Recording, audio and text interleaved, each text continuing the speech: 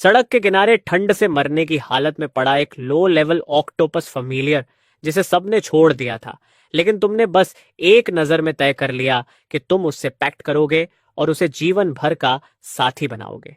सड़क पर खड़े हाई स्कूल के छात्र तुम्हारा मजाक उड़ाते हैं, वही पुराना जीनियस जिसने सिर्फ एफ रैंक टैलेंट अवेकन किया है और जिसने जैसे पूरी तरह हार मान ली है। लेकिन तुम उन्हें जवाब देने की भी जहमत नहीं उठाते। तुम सीधे उस ऑक्टोपस फैमिलियर को अपने फैमिलियर स्पेस में रख देते हो, क्योंकि सिर्फ तुम ही उसके एंसेस्ट्रल ब्लड को देख सकते हो। Compatibility rate 90%। घर लौटने के बाद तुम देखते हो कि छोटा ऑक्टोपस फैमिलियर और भी ज्यादा कमजोर हो गया है। तभी तुम्हारे एफ रैंक टैलेंट से जुड़ा ग्रेट एंशंट सिस्टम तुम्हारी जरूरत को पहचान लेता है और एक ठंडी मैकेनिकल आवाज गूंजती है। क्या आप एंसेस्ट्रल ब्लड को फ्यूज करना चाहते हैं? तुम मन ही मन कहते हो, फ्यूज। बस ये सोचते ही एक अजीब सी खून की बूंद तुरंत उस स्पिरिचुअल टेंटिकल बीस्ट के शरीर में गिर जाती है। फ्यूजन सफल हो जाता है। स्पिरिचुअल टेंटल बीस्ट ने इवोल्यूशन पूरा कर लिया है और फर्स्ट रैंक ब्लड से बढ़कर अब वह फॉरबिडन ब्लड बन चुका है। अगले ही पल जो जीव मरने की हालत में था वह हिंसक तरीके से तड़पने लगता है। उसका शरीर लगातार बड़ा होता जाता है और आखिरकार वह 2 मीटर से भी ज्यादा ऊंचा हो जाता है। अब उसके सामने जो खड़ा है वह एक भयानक मॉन्स्टर है। ऑक्टोपस का सिर, इंसान का शरीर और चमगादड़ जैसे पंख। तुम हैरान होकर चिल्ला उठते हो, ये क्या? ये तो कथुलू है, ग्रेट एंशंट्स में से एक। हालांकि जो कथुलू अभी तुम्हारे सामने है वह अभी बहुत छोटा है। असली कथुलू तो पहाड़ से भी बड़ा होता है और उसकी सिर्फ एक थप्पड़ से फुसंट द्वीप मिट सकता है। लेकिन कथुलू का यह मिनिएचर रूप भी तुम्हें चैन से खड़ा नहीं रहने देता। तुम बस एक बार उसकी तरफ देखते हो और अचानक अनगिनत स्पेक्टर्स तुम्हारे दिमाग में फुसफुसाने लगते हैं, जैसे तुम्हें पागल बना देना चाहते हो। लेकिन तभी तुम्हारा रहस्यमय एफ रैंक टैलेंट सक्रिय हो जाता है और तुम्हारा मन तुरंत शांत हो जाता है।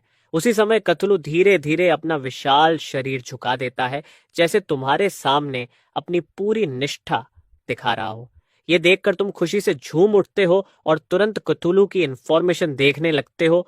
नाम कथुलू, टाइटल लॉर्ड ऑफ हर्लितिए, लॉर्ड ऑफ लुआंट, ग्रैंडलू, टैलेंट इमॉर्टल रिजनरेशन।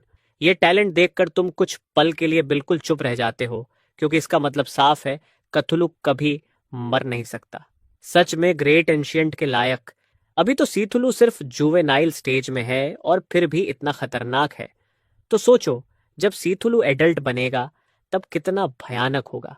कथुलू का एट्रीब्यूट वाटर है, जो उसके ओरिजिन के साथ पूरी तरह मेल खाता है। कथुलू मिथ में खुद कथुलू भी इसी टाइप का है और उसकी टेंटलस वाली उत्पत्ति एक एक्वाटिक क्रिएचर से जुड़ी है। आखिर सीथुलू एक विशाल ऑक्टोपस जैसा दिखता है और सबसे खास बात यह है कि सीथुलू को किसी भी दूसरे एट्रीब्यूट से काउंटर नहीं किया जा सकता, यानी टाइप डिसएडवांटेज की कोई चिंता ही नहीं। एट्रीब्यूट के अलावा कथुलू की स्किल्स भी पागल कर देने वाली हैं। Tentacle attack, collective madness, call of Cthulhu. ऊपर से कथुलू का अफिनिटी लेवल सीधे मैक्सिमम पर है और लॉक भी हो चुका है, यानी कथुलू के बिट्रेयल की कोई चिंता नहीं। हालांकि कथुलू की एक कमी है, कथुलू अपने मास्टर पर बेहद शक्तिशाली मेंटल इंटरफेरेंस डालता है।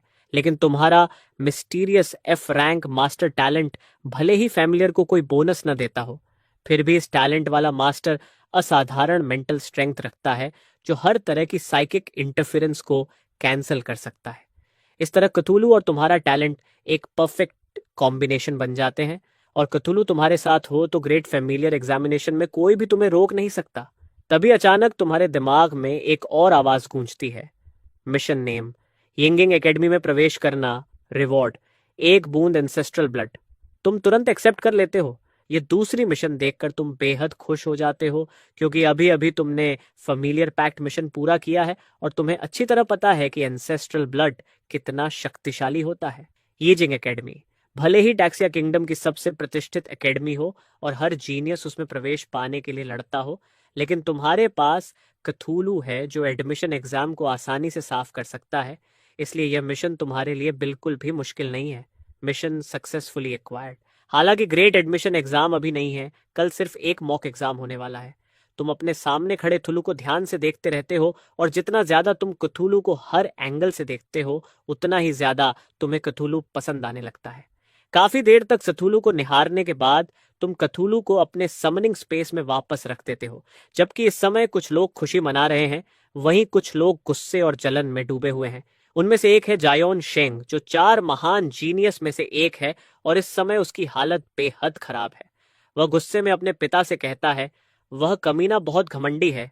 उसने सबके सामने मुझे मारा ही नहीं बल्कि लगभग मेरी आने वाली पीढ़ी भी खत्म कर देता। आपको मेरा बदला लेना ही होगा। चांग शेंग अपने पिता जेनियांग के सामने बैठा रोते सिसकते अपनी शिकायत सुना रहा है, क्योंकि उसने अपनी जिंदगी में कभी इतनी बेइज्जती नहीं झेली थी। यूलिंग ने शहर में जो ग्रुप बेहद शक्तिशाली है, जबकि वह लड़का सिर्फ एफ रैंक टैलेंट वाला एक मामूली समनर है। उसे मारना तो बच्चों का खेल है। तभी जेनियांग अपना हाथ उठाकर अपने बेटे को चुप कराता है और गंभीर आवाज में कहता है, यान शेंग, मैंने हमेशा तुम्हें सिखाया है कि बड़े मामलों में शांत रहो। खुद को देखो, गुस्से ने तुम्हारी समझ छीन ली है। उस लड़के को मारना आसान है, लेकिन उसके बाद क्या होगा? यूलिंग शहर में हत्या सख्त मना है। अगर जो ग्रुप ने यह नियम तोड़ा तो सिटी लॉर्ड मैंशन तुरंत जांच शुरू कर देगा। और क्या तुम्हें पता है कि वे बहुत समय से हमारे जो ग्रुप को खत्म करने का मौका ढूंढ रहे हैं? तुम जो ग्रुप के वारिस हो, इसलिए सिर्फ अपने फायदे नुकसान के बारे में नहीं सोच सकते। तुम्हें पूरे ग्रुप के नजरिए से सोचना होगा। एक मरा हुआ कचरा ज्यादा महत्वपूर्ण है या जो ग्रुप? यह सुनकर जुआन शेंग कुछ पल के लिए चुप हो जाता है, क्योंकि सच में उसने इतनी दूर तक सोचा ही नहीं था। थोड़ी देर सोचने के बाद वह मान लेता है कि उसके पिता की बात पूरी तरह सही है। बात समझने के बाद जियान शेंग दांत भींचकर कहता है, मैं समझ गया पिता, अब मैं उस कमीने से झगड़ा नहीं करूंगा। लेकिन जेन यांग हल्की मुस्कान के साथ कहता है, नहीं, तुम अभी भी नहीं समझे। यूलिन शहर में हत्या मना है, लेकिन एक्सीडेंटल डेथ कभी मना नहीं रही। यह सुनते ही जुआन शेंग की आंखों में चमक आ जाती है और वह तुरंत समझ जाता है कि उसके पिता क्या कहना चाहते हैं। वह उत्साह से कहता है, मैं समझ गया। मुझे बस ऐसा इंतजाम करना है कि वह एक्सीडेंट में मर जाए और जो ग्रुप का नाम भी ना आए। सही कहा ना पिता? तो मुझे क्या करना होगा? तब जेनियांग शांत आवाज में कहता है, कल मॉक एग्जाम है और अगर कोई उसमें भाग नहीं लेता तो वह ग्रेट एडमिशन एग्जाम में रजिस्टर नहीं कर सकता। यह परीक्षा एक सीक्रेट रेल्म में होती है, जहां हर जगह खतरे छिपे रहते हैं। इसलिए एक एफ रैंक समनर के लिए कोई छोटा सा एक्सीडेंट हो जाना बहुत आसान है ना? यह सुनकर जुयानशेंग बेहद खुश हो जाता है, लेकिन उसी पल उसे अचानक एक समस्या का एहसास होता है। पिता, और अगर लिमोरान एग्जाम में हिस्सा ही न ले तो? तब उसके पास सिर्फ एक ही रास्ता बचेगा, खानों में जाकर गुलाम बनना। उस समय आपको उंगली तक उठाने की जरूरत नहीं पड़ेगी। उसकी जिंदगी खुद मौत से भी बदतर हो जाएगी। अगले दिन तुम स्कूल पहुंचते हो। बहुत से लोग तुमसे दूरी बना लेते हैं। उनके चेहरे पर तिरस्कार और डर का अजीब सा मिला जुला भाव है। आखिर तुमने सिर्फ F rank master Sumner talent awaken किया है, इसलिए स्वाभाविक है कि बहुत से लोग तुम्हें नीची नजर से देखते हैं। लेकिन कल अवेकनिंग सेरेमोनी के बाद जो हुआ, जब तुमने सबके सामने यनशेंग को पीट दिया, उससे कई लोग डर भी गए हैं। ज्यादातर लोगों को लगता है कि दबाव ने तुम्हें पागल बना दिया है और तुमने सब कुछ छोड़ देने का फैसला कर लिया है, वरना तुम जुयान शेंग जैसे इंसान को छेड़ने की हिम्मत कैसे करते? तभी जियन यूरो हमेशा की तरह तुम्हारे पास आ जाती है। उसकी आंखों में साफ चिंता दिखाई दे रही है। उसे देखकर तुम्हारी नजर नरम पड़ जाती है। सिस्टर रहू, चलो। तभी एक शिक्षक की आवाज सबका ध्यान अपनी तरफ खींच लेती है। उसी समय 4 महान जीनियसेस में से एक लिनजांग ने घमंडी अंदाज में तुम्हारे सामने आकर रुकता है और व्यंग्य से कहता है, लिमोरान, मेरा कॉर्बाटू स्पैरो एक सुपीरियर ब्लड लाइन क्रिएचर है। यंग मास्टर जो ने इसे मेरे लिए 8 लाख गोल्ड कॉइन्स में खरीदा है। लेकिन तुम जलना मत। ओह हाँ, मैं भूल ही गया था कि तुम्हारे पास तो एफ रैंक टैलेंट है। अगर तुम जलोगे भी तो क्या फायदा? तुम जैसी हैसियत वाला कभी ऐसी बीस्ट के साथ कॉन्ट्रैक्ट ही नहीं कर सकता। तभी जोयान शेंग भी पास आ जाता है और वही तिरस्कार भरी हंसी हंसते हुए कहता है, हम एक एफ रैंक टैलेंट वाला कचरा और आज भी एग्जाम देने आया है। तुम्हें मरने का डर नहीं लगता? यह सुनकर तुम्हारी नजर अचानक ठंडी और सख्त हो जाती है। तुम कहते हो, क्या हुआ? कल की मार से कुछ सीख नहीं मिली? फिर से पिटना है? यह सुनते ही जुयान शेंग अनजाने में थोड़ा पीछे हट जाता है। तुम्हारी नजर से वह एक पल के लिए सचमुच घबरा गया था, लेकिन वह जल्दी ही संभल जाता है। उसके मन में ख्याल आता है, कल उसने मुझे इसलिए पीटा क्योंकि मेरे पास कोई क्रीचर नहीं था, लेकिन आज मेरे पास है, फिर वह मुझे कैसे नुकसान पहुंचा सकता है? अगर ऐसा नहीं होता तो मैं कंट्रैक्ट क्यों करता? यह सोचकर जायन शेंग का चेहरा तुरंत क्रूर हो जाता है और वह गर्व से कहता है, मैंने एक टॉप टियर टाइगर क्रिएचर से कॉन्ट्रैक्ट किया है, ब्लेजिंग हंटर टाइगर। क्या तुम्हें सच में लगता है कि अब भी तुम मेरा सामना कर सकते हो? इतना कहते ही जुयन शेंग तुरंत अपनी क्रीचर को समन कर देता है। सभी के सामने लगभग 1 मीटर लंबा एक विशाल बाघ प्रकट होता है, जिसका पूरा शरीर चलती हुई आग से ढका हुआ है। हालांकि वह अभी जुवेनाइल है, लेकिन फिर भी उसके शरीर से एक शाही और डरावनी आभा निकल रही है। उसने जैसे ही दहाड़ लगाई, आसपास खड़े कई लोगों के चेहरे पीले पड़ गए। भीड़ में से आवाजें आने लगती हैं, वाह क्या जबरदस्त क्रीचर है, सच में जो ग्रुप के यंग मास्टर के लायक। यह बीस्ट बहुत महंगी होगी। हाँ, मुझे याद है इसका बेस प्राइस ही 4 मिलियन गोल्ड कॉइन से कम नहीं है। लोगों की यह बातें सुनकर जुयान शेंग और भी ज्यादा घमंडी हो जाता है और तुम्हारी तरफ देखकर हंसते हुए कहता है, तो लिमोरान, अब कैसा लग रहा है? मेरा blazing hunter tiger epic blood line का है। भले ही अभी जुवेनाइल हो, लेकिन तुम्हें चीर कर रख देना इसके लिए बच्चों का खेल है। उसे उम्मीद थी कि तुम्हारे चेहरे पर डर दिखाई देगा, ताकि वह तुम्हें सबके सामने और भी अपमानित कर सके और कल की बेइज्जती का बदला ले सके, लेकिन तुम बिल्कुल शांत खड़े रहते हो। तुम्हारे लिए यह ब्लेजिंग हंटर टाइगर भले ही प्रभावशाली हो, लेकिन कथूलू के सामने यह दिन और रात जितना फर्क है। तुम हल्की तिरस्कार भरी मुस्कान के साथ कहते हो, तुम सच में सोचते हो कि एक कागजी बाग से मुझे डरा दोगे?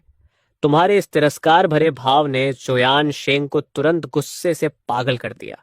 अगर स्कूल में लड़ाई पर सख्त पाबंदी न होती तो शायद वह उसी समय अपने ब्लेजिंग हंटर टाइगर को आदेश दे देता कि वह तुम पर हमला कर दे। वह दांत पीसते हुए कहता है, जितना चाहो उतना अक्कड़ लो, असली मजा तो मॉक एग्जाम में आएगा, तब मेरे सामने घुटनों पर गिरकर अपनी जान की भीख मत मांगना। तभी अचानक पूरे किंजू हाई स्कूल के आसमान में एक तेज चीख जैसी आवाज गूंजती है। 4 महान जीनियसेस में से जो हमेशा दूसरे स्थान पर रहता था, लुजिंगोंग, धीरे धीरे आसमान से नीचे उतर रहा था और वह एक शानदार विशाल पक्षी पर सवार था। उसका प्रकट होना ही पूरे स्कूल का ध्यान अपनी तरफ खींच लेता है। लोग हैरानी से चिल्लाने लगते हैं, ये क्या है? हे भगवान, ये तो डिवाइन स्पिरिट एम्परर लगता है। ओ माय गॉड, ये तो एक लेजेंडरी सेक्रेड बीस्ट है। लुजिंगोंग ने सेक्रेड बीस्ट के एक जुवेनाइल के साथ कॉन्ट्रैक्ट कर लिया। अब मैं घोषणा करता हूं, किंजू हाई स्कूल का सबसे शक्तिशाली जीनियस लुजिंगोंग है। लुजिंगोंग के आगमन ने पूरी तरह जुयान शेंग की चमक फीकी कर दी। उसके सामने जुयान शेंग का ब्लेजिंग हंटर टाइगर एक बीमार बिल्ली जैसा लग रहा था और लिंजाने का कुरबाटू स्पैरो तो इतना डर गया कि वह कांपते हुए चीखने लगा और डर के मारे लिंजाने की बाहों में छिपकर सिर तक बाहर निकालने की हिम्मत नहीं कर पा रहा था। यहां तक कि तुम भी खुद को रोक नहीं पाते और चुपचाप ग्रेट आई एक्टिवेट करके उस डिवाइन स्पिरिट एम्परर की जानकारी देखने लगते हो।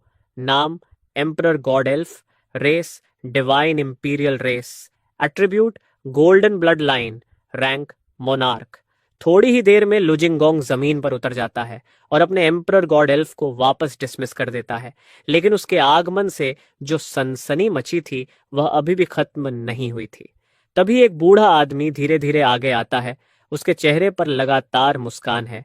वह किंजू हाई स्कूल का प्रिंसिपल जाइली है। इस साल स्कूल में असाधारण प्रतिभाएं भरी पड़ी हैं, खासकर लुजिंगोंग जिसने SSS rank initial spirit talent awaken किया है। और भले ही लिमोरन, जिसे कभी सबसे बड़ा जीनियस माना जाता था, पूरी तरह असफल हो गया हो, लेकिन बाकी छात्रों ने अच्छा प्रदर्शन किया है।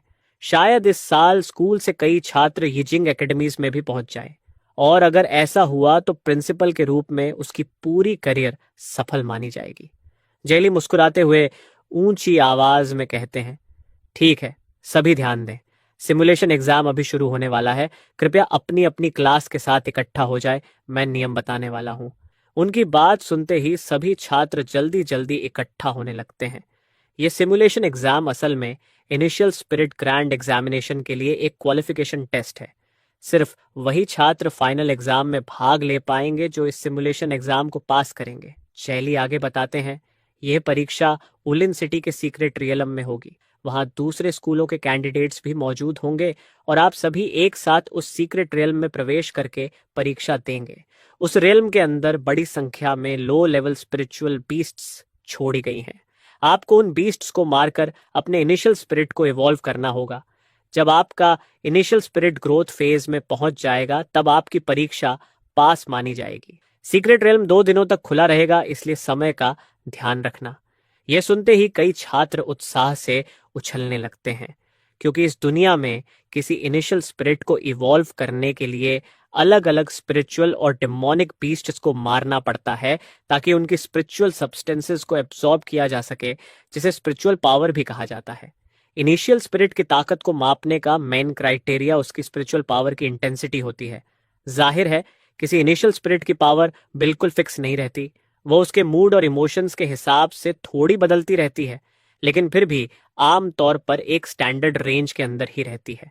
आमतौर पर किसी इनिशियल स्पिरिट को इन्फेंट स्टेज से ग्रोथ फेज में जाने के लिए 1000 से ज्यादा स्पिरिचुअल पावर पॉइंट्स चाहिए होते हैं, और जितना ज्यादा पावरफुल कोई इनिशियल स्पिरिट होता है उतनी ही ज्यादा स्पिरिचुअल पावर उसे इवॉल्व होने के लिए चाहिए होती है। ये सोचकर तुम मन ही मन सोचते हो कि क्थूलू को ग्रो होने के लिए आखिर कितनी स्पिरिचुअल पावर की जरूरत पड़ेगी, और तुम थोड़ा इम्पेशेंट भी होने लगते हो। तभी प्रिंसिपल फिर से बोलना शुरू करते हैं, स्टूडेंट्स कृपया मेरे साथ सीक्रेट रियलम के एंट्रेंस तक चलिए। स्कूल के सामने कई बसेस पहले से खड़ी थीं और हर क्लास उनमें बैठकर सीक्रेट रियलम की ओर निकल जाती है। ज्यादा देर नहीं लगती और सब लोग सीक्रेट रियलम के एंट्रेंस पर पहुंच जाते हैं। वहां पहले से ही बहुत सारे स्टूडेंट्स जमा थे और एक बहुत लंबी लाइन लगी हुई थी। हुलिन सिटी में कई हाई स्कूल हैं, लेकिन इनिशियल सीक्रेट रियलम सिर्फ एक ही है, इसलिए यहाँ भीड़ होना बिल्कुल नॉर्मल था। तुम अपनी क्लास की लाइन में सबसे आगे खड़े थे और तुम्हारे बगल में क्लास 2 की लाइन थी। लूजिंग गोंग भी अपनी क्लास की लाइन में सबसे आगे खड़ा था, हमेशा की तरह ठंडा और डिस्टेंट दिख रहा था। लाइन धीरे धीरे आगे बढ़ती हुई आखिर सीक्रेट रेल्म के गेट तक पहुंचती है। तभी अचानक लूजिंग गोंग मुड़कर तुम्हें आवाज देता है, लिमोरान, इस टेस्ट के लिए मैं तुम्हें अपने साथ टीम बनाने की परमिशन देता हूं। तुम मुड़ते हो और थोड़ा सरप्राइज्ड होकर मुस्कुराते हुए कहते हो, अरे आज स्कूल का सबसे बड़ा जीनियस मुझे इनवाइट क्यों कर रहा है? लूजिंग गोंग बिल्कुल काम टोन में जवाब देता है, पिछले 3 सालों में मैं लगातार मेहनत करता रहा सिर्फ तुम्हें कैचअप करने के लिए, लेकिन अब तुम्हारा कोई फ्यूचर नहीं बचा है, इसलिए मैं तुम्हारी थोड़ी हेल्प कर दूंगा। आज के बाद तुम और मैं एक ही लेवल के लोग नहीं रहेंगे। उसकी बातें ठंडी और एरोगेंट थीं, बिल्कुल उसके स्टाइल की तरह, लेकिन ये हेल्प से ज्यादा पिटी जैसी लग रही थी। तुम ठंडे चेहरे के साथ जवाब देते हो, जरूरत नहीं, मुझे तुम्हारी पिटी की कोई जरूरत नहीं। इतना कहकर तुम तेज कदमों से सीधे सीक्रेट रियलम के अंदर एंटर कर जाते हो। यह देखकर लूजिंग गोंग की आंखों में एक पल के लिए डिसअपॉइंटमेंट झलकती है और वह मन ही मन सोचता है, जो इंसान अपनी कमजोरी एक्सेप्ट नहीं कर सकता वह कभी स्ट्रांग नहीं बन सकता। अगर तुम दी हुई हेल्प की वैल्यू नहीं समझते तो मुझे भी कुछ करने की जरूरत नहीं। अचानक एक तेज लाइट चमकती है और अगले ही पल तुम खुद को एक अननोन जगह पर पाते हो। ये एक घना जंगल है, चारों तरफ शांति है, लेकिन कभी कभी दूर से बीस्ट्स की लड़ाई की आवाज और दहाड़ सुनाई देती है, जो इस जगह के डेंजरस होने का एहसास दिलाती है। यह रैंडम टेलीपोर्टेशन था और तुम्हारे लिए यह अच्छा ही है, क्योंकि इससे सीथुलू का सीक्रेट छिपा रहता है। अगर क्थूलू अभी सबके सामने आ गया तो उसका इम्पैक्ट बहुत बड़ा होगा। बेशक तुम इसे हमेशा छिपा नहीं सकते, लेकिन ग्रेट बीस्ट एग्जाम से पहले इसे रिवील करना ठीक नहीं होगा, वरना तुम सबका टारगेट बन जाओगे। तुम अभी कुछ ही कदम चले थे कि अचानक तुम्हें एक अजीब सी आवाज सुनाई देती है। तुम्हारे सामने एक ट्रांसपेरेंट स्नेक धीरे धीरे रेंगता हुआ आ रहा है, जिसके अंदर की ब्लड वेसल्स और बोन्स साफ दिखाई दे रही हैं। वह अपनी चमकीली लाल फोर्ड टंग बार बार बाहर निकाल रहा है। दिखने में वह हैरानी की बात है कि काफी क्यूट और हार्मलेस लगता है, लेकिन तुम उसे तुरंत पहचान लेते हो। यह वॉइड सर्पेंट है। उसके क्यूट लुक से धोखा मत खाना, उसका पॉइजन बहुत खतरनाक होता है। अगर वह तुम्हें काट ले तो कम से कम तुम्हारे पूरे शरीर पर घाव और अल्सर्स फैल जाएंगे और वर्स्ट केस में तुरंत मौत भी हो सकती है। वॉइड सर्पेंट उत्सुकता से तुम्हें देखता रहता है और ऐसा बिहेव करता है जैसे तुम्हें पास आने के लिए ल्यूर कर रहा हो। तुम मन ही मन सोचते हो, काफी स्मार्ट है, लेकिन मेरे साथ ये ट्रिक काम नहीं करेगी। ये सोचते ही तुम तुरंत कथूलू को समन कर लेते हो। लगभग 2 मीटर लंबा ऑक्टोपस हेड, ह्यूमन बॉडी और बैट विंग्स वाला भयानक सीथुलू आसमान से उतरकर तुम्हारे पास आ खड़ा होता है। उसी पल एक घना काला फॉग तुम्हारे चारों तरफ फैल जाता है, जिससे बाहर से कोई तुम्हें साफ नहीं देख सकता। कथूलू को देखते ही वॉइड सर्पेंट बुरी तरह डर जाता है और उसका पूरा शरीर कांपने लगता है। उसका पहले वाला क्यूट लुक तुरंत गायब हो जाता है और वह भागने की कोशिश करता है, लेकिन कथूलू उसे कैसे जाने देगा। एक लंबा टेंटिकल बिजली की तरह आगे बढ़ता है और तुरंत वॉइड सर्पेंट को जकड़ लेता है। बस हल्का सा दबाव पड़ते ही वॉइड सर्पेंट खून के फव्वारे में फट जाता है। सच में कथूलू कमाल का है। वॉइड सर्पेंट भले ही एक कमजोर स्पिरिचुअल बीस्ट है, लेकिन वह बहुत तेज होता है और आम इंसान के लिए उसे पकड़कर मारना आसान नहीं होता। लेकिन कथूलू ने सिर्फ एक टेंटेकल से उसे बिना किसी एफर्ट के खत्म कर दिया। वॉइड सर्पेंट के मरते ही उसके शरीर से एक लाइट निकलती है और सीधे कथूलू के शरीर में समा जाती है। सिस्टम की आवाज आती है, कथूलू ने लेवल 1 वॉइड सर्पेंट को मारा, 10 स्पिरिचुअल पावर पॉइंट्स मिले। तुम सोचते हो एक वॉइड सर्पेंट सिर्फ 10 स्पिरिचुअल पावर पॉइंट्स देता है। अगर ग्रोथ फेज के लिए 1000 पॉइंट्स चाहिए तो मुझे कम से कम 100 वॉइड सर्पेंट मारने पड़ेंगे। यह तो बहुत स्लो है। तभी अचानक सिस्टम का एक और मैसेज आता है, कथूलू ग्रोथ प्रोग्रेस 10/10,000। ये देखकर तुम चौंक जाते हो, क्योंकि कथूलू को लेवल अप होने के लिए 10,000 स्पिरिचुअल पावर पॉइंट्स चाहिए, यानी बाकी बीस्ट से 10 गुना ज्यादा। ये देखकर तुम्हारा चेहरा उतर जाता है। अब 100 नहीं बल्कि 1000 वॉइड सर्पेंट मारने पड़ेंगे। अगर सिर्फ वॉइड सर्पेंट ही मारोगे तो हर दिन लगभग 500 मारने होंगे, तभी कथूलू लेवल अप करेगा। ये सोचकर तुम थोड़ा डिप्रेस्ड हो जाते हो, लेकिन फिर खुद को समझाते हो, कोई बात नहीं, वैसे भी यहाँ सीथुलू लगभग अनबीटेबल है, तो रास्ते में आने वाली हर बीस्ट को खत्म कर देता हूँ। ये सोचते ही तुम तेजी से आगे बढ़ने लगते हो। कथूलू एक लेवल तो लोसेफियर को मारता है और तुम्हें 20 स्पिरिचुअल पावर पॉइंट्स मिलते हैं। फिर कथूलू एक लेवल 2 शार्प क्लॉ लेपर्ड को मारता है और तुम्हें 23 स्पिरिचुअल पावर पॉइंट्स मिलते हैं। समन्ड बीस्ट्स के उलट वाइल्ड बीस्ट्स को लेवल के हिसाब से क्लासिफाई किया जाता है। सबसे कम लेवल 1 और सबसे ज्यादा लेवल 99। अलग अलग लेवल समन्ड बीस्ट्स की अलग अलग ग्रोथ स्टेजेस के बराबर होते हैं। लेवल 1 से लेवल 10 तक की वाइल्ड बीस्ट्स की ताकत लगभग एक नॉर्मल समन्ड बीस्ट के जुवेनाइल फेज के बराबर होती है, और इस इनिशियल सीक्रेट रेल्म में सिर्फ लेवल 10 से नीचे की बीस्ट्स ही नहीं पाई जाती। सीक्रेट रेल्म की गहराइयों में सच में लेवल 10 से ऊपर की बीस्ट्स भी मिलती हैं। उनकी ताकत और एग्रेसिवनेस बहुत खतरनाक होती है, इसलिए उन्हें खास तौर पर मार्क भी किया गया है, ताकि कैंडिडेट्स को चेतावनी मिल सके कि वहां जाने की कोशिश न करें, वरना गंभीर मुसीबत में पड़ सकते हैं। लेकिन यह चेतावनी बाकी लोगों के लिए है, तुम्हारे लिए तो साफ है कि तुम्हें वहीं जाना होगा। तुम सीक्रेट रेल्म की गहराइयों की तरफ बढ़ते हुए रास्ते में आने वाली हर बीस्ट को खत्म करते जाते हो। लेवल 1 या लेवल 2 की बीस्ट बहुत कम स्पिरिचुअल पावर देती हैं, और तुम मन ही मन सोचते हो कि अगर इसी स्पीड से चलता रहा तो कथूलू को लेवल अप करने में बहुत लंबा समय लग जाएगा। अगर मैं रियल्म की गहराइयों में नहीं गया तो शायद एग्जाम भी पूरा नहीं कर पाऊंगा। इसके बाद काफी देर तक तुम बस एक ही काम करते हो, सीधे आगे बढ़ना और रास्ते में आने वाली हर बीस्ट को खत्म करना। कथूलू एक लेवल 4 विंडफैंग वुल्फ को मारता है और तुम्हें 48 स्पिरिचुअल पावर पॉइंट्स मिलते हैं। फिर कथूलू एक लेवल 5 डबल क्लॉ बेयर को मारता है और तुम्हें 56 स्पिरिचुअल पावर पॉइंट्स मिलते हैं।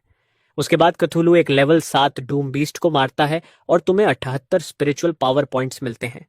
रास्ते में मिलने वाली हर स्पिरिचुअल बीस्ट को कथूलू चुटकियों में खत्म कर देता है।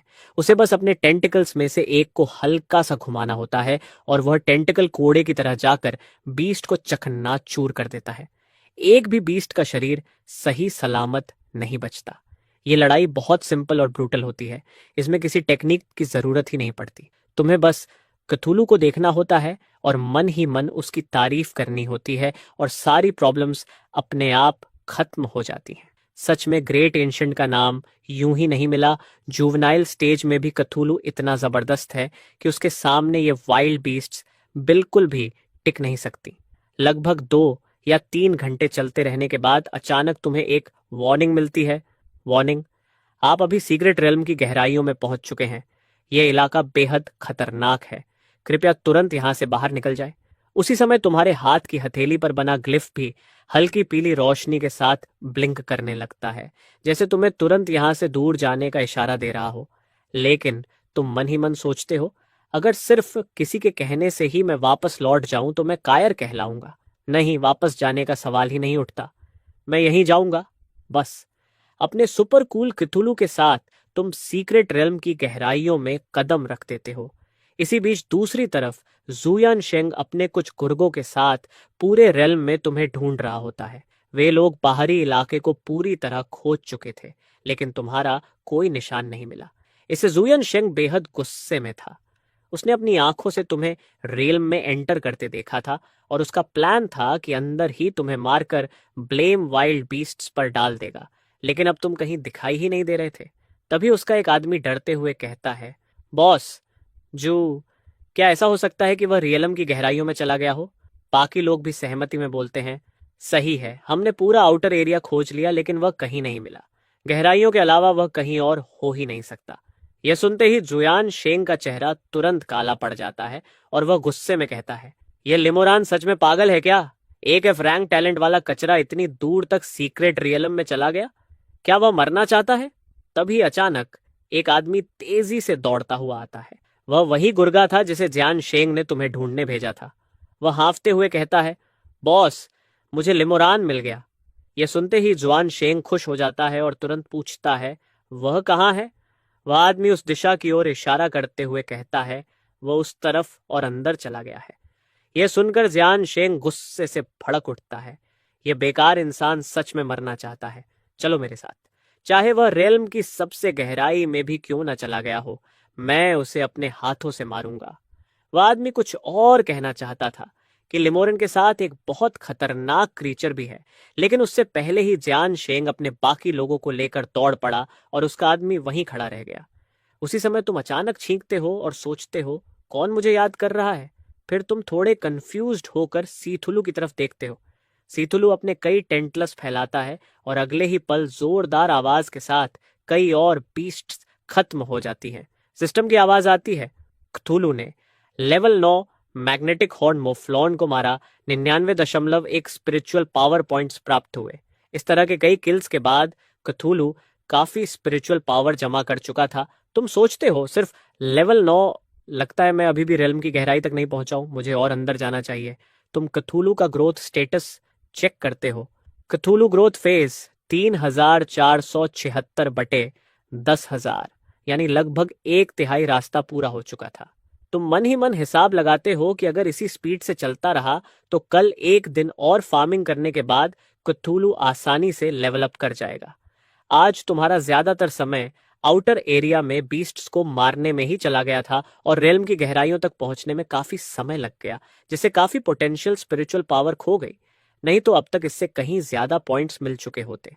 धीरे धीरे सूरज ढलने लगता है और तुम आगे बढ़ते हुए देखते हो कि जमीन पर कई मैग्नेटिक हॉर्न मोफ्लॉन मरे पड़े हैं और उनके शरीर खून से लथपथ हैं।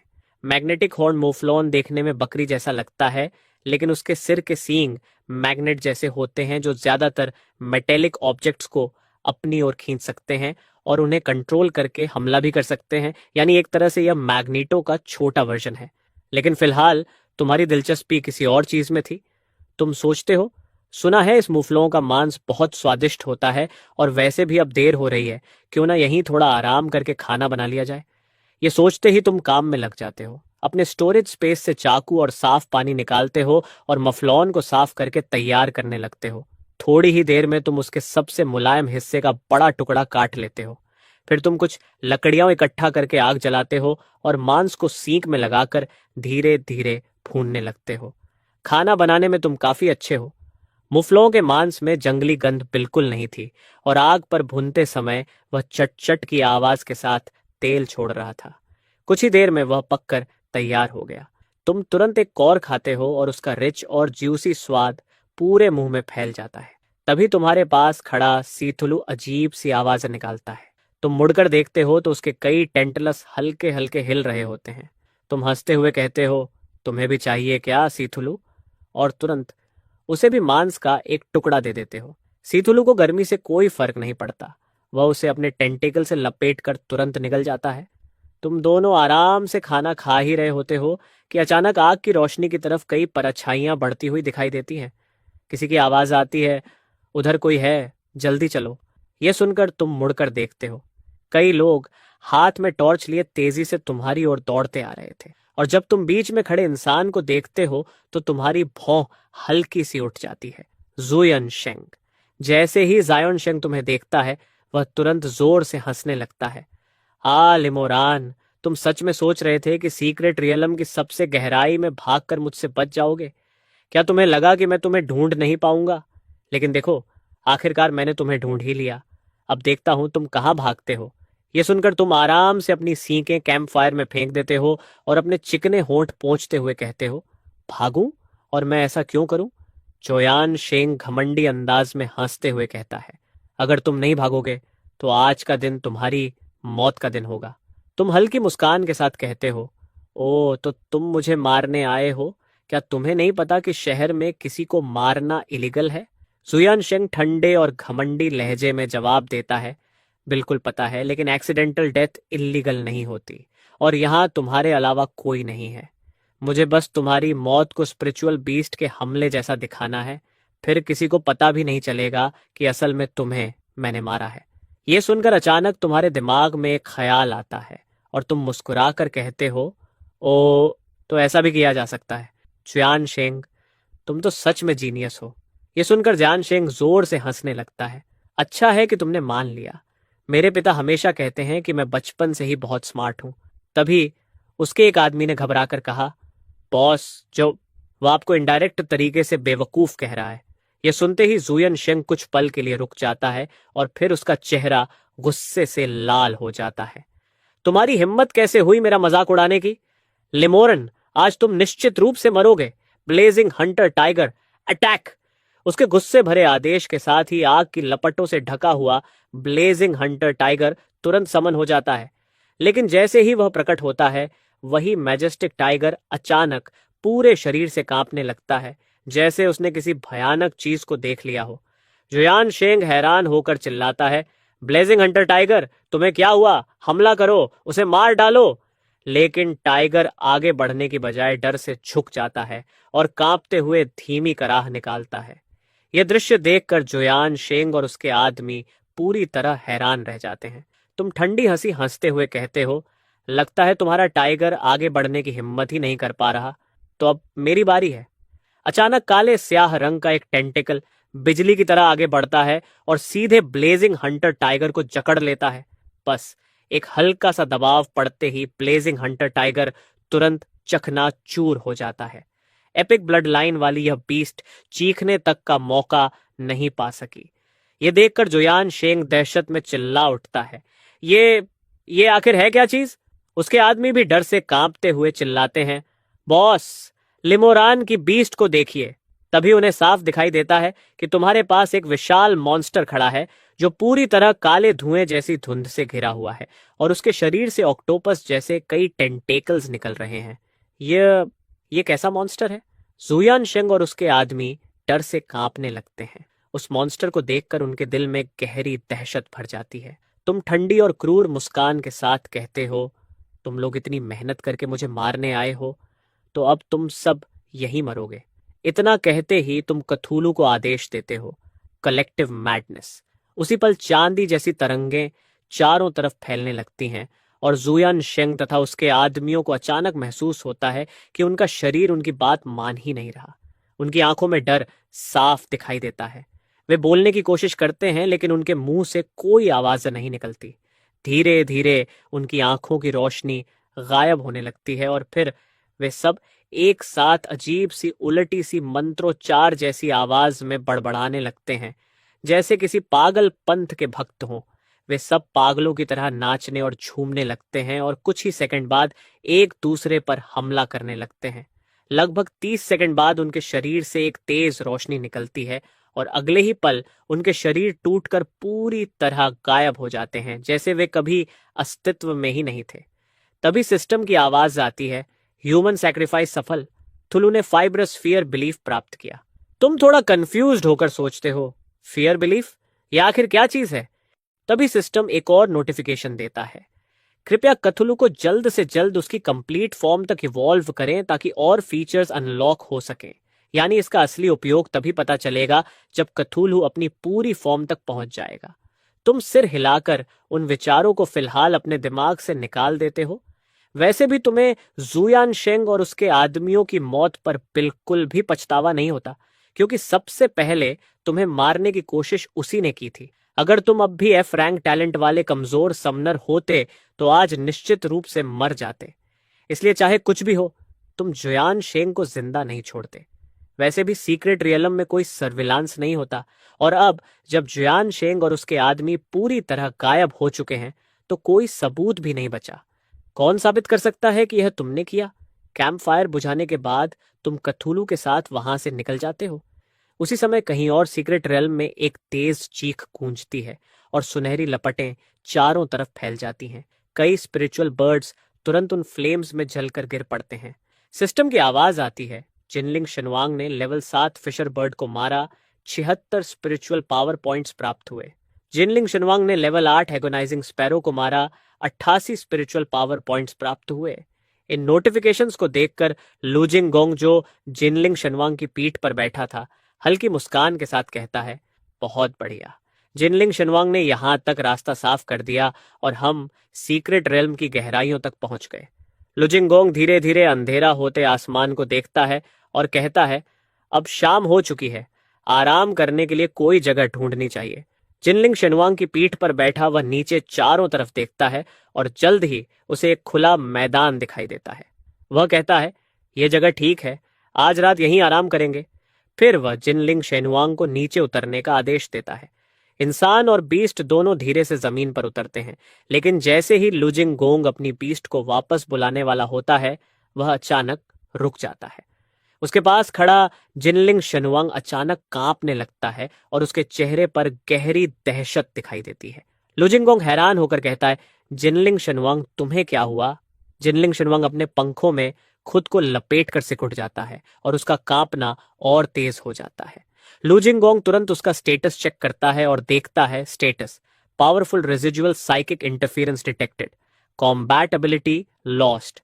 लुजिंगोंग चौंक जाता है, रेजिजुअल साइकिक इंटरफेरेंस, यह आखिर क्या है?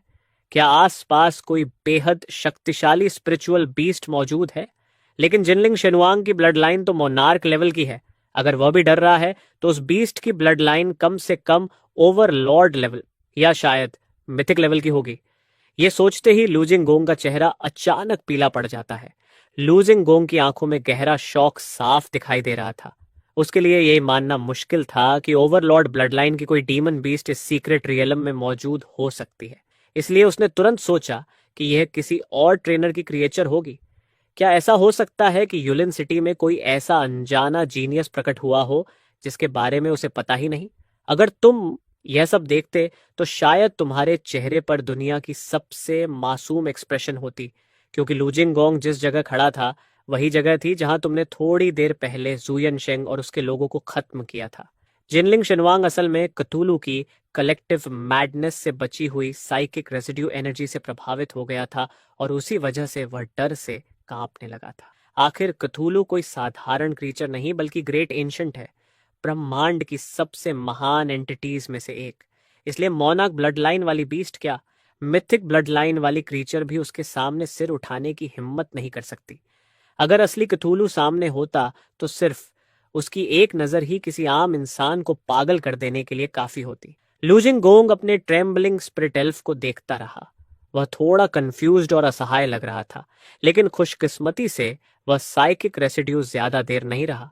लगभग 1 मिनट बाद जिनलिंग शनवांग का कांपना धीरे धीरे बंद हो गया और उसने 2 हल्की आवाजें निकाली, जैसे अब वह नॉर्मल हो गया हो। यह देखकर लुजिंगोंग ने राहत की सांस ली और तुरंत उसे अपनी बाहों में उठा लिया। श्याओ जिन भी हल्के से चीखा, जैसे कह रहा हो, माफ करना, मैंने तुम्हें डरा दिया। लुजिंगोंग ने सिर हिलाकर कहा, यह तुम्हारी गलती नहीं है। मैंने भी नहीं सोचा था कि यहाँ इतनी पावरफुल बीस्ट हो सकती है। यह सोचते ही उसकी घबराहट गायब होने लगी और उसकी आंखों में एक्साइटमेंट की चमक आ गई। वह मन ही मन सोचता है, पिता हमेशा कहते थे कि दुनिया में हमेशा कोई ना कोई तुमसे ज्यादा ताकतवर होता है, और आज वह बात सच लग रही है। लिमोरान के गिरने के बाद मुझे लगा था कि यहाँ अब कोई भी ऐसा नहीं बचा जो मुझे चैलेंज कर सके, लेकिन लगता है एक और है। मैं लूजिंगोंग किसी से कम नहीं हूं। चाहे तुम कोई भी हो, मैं तुम्हें ढूंढकर जरूर पार करूंगा। तभी उसकी नजर आस पास पड़ी और उसने देखा कि वहां एक कैंप फायर अभी अभी बुझाया गया था।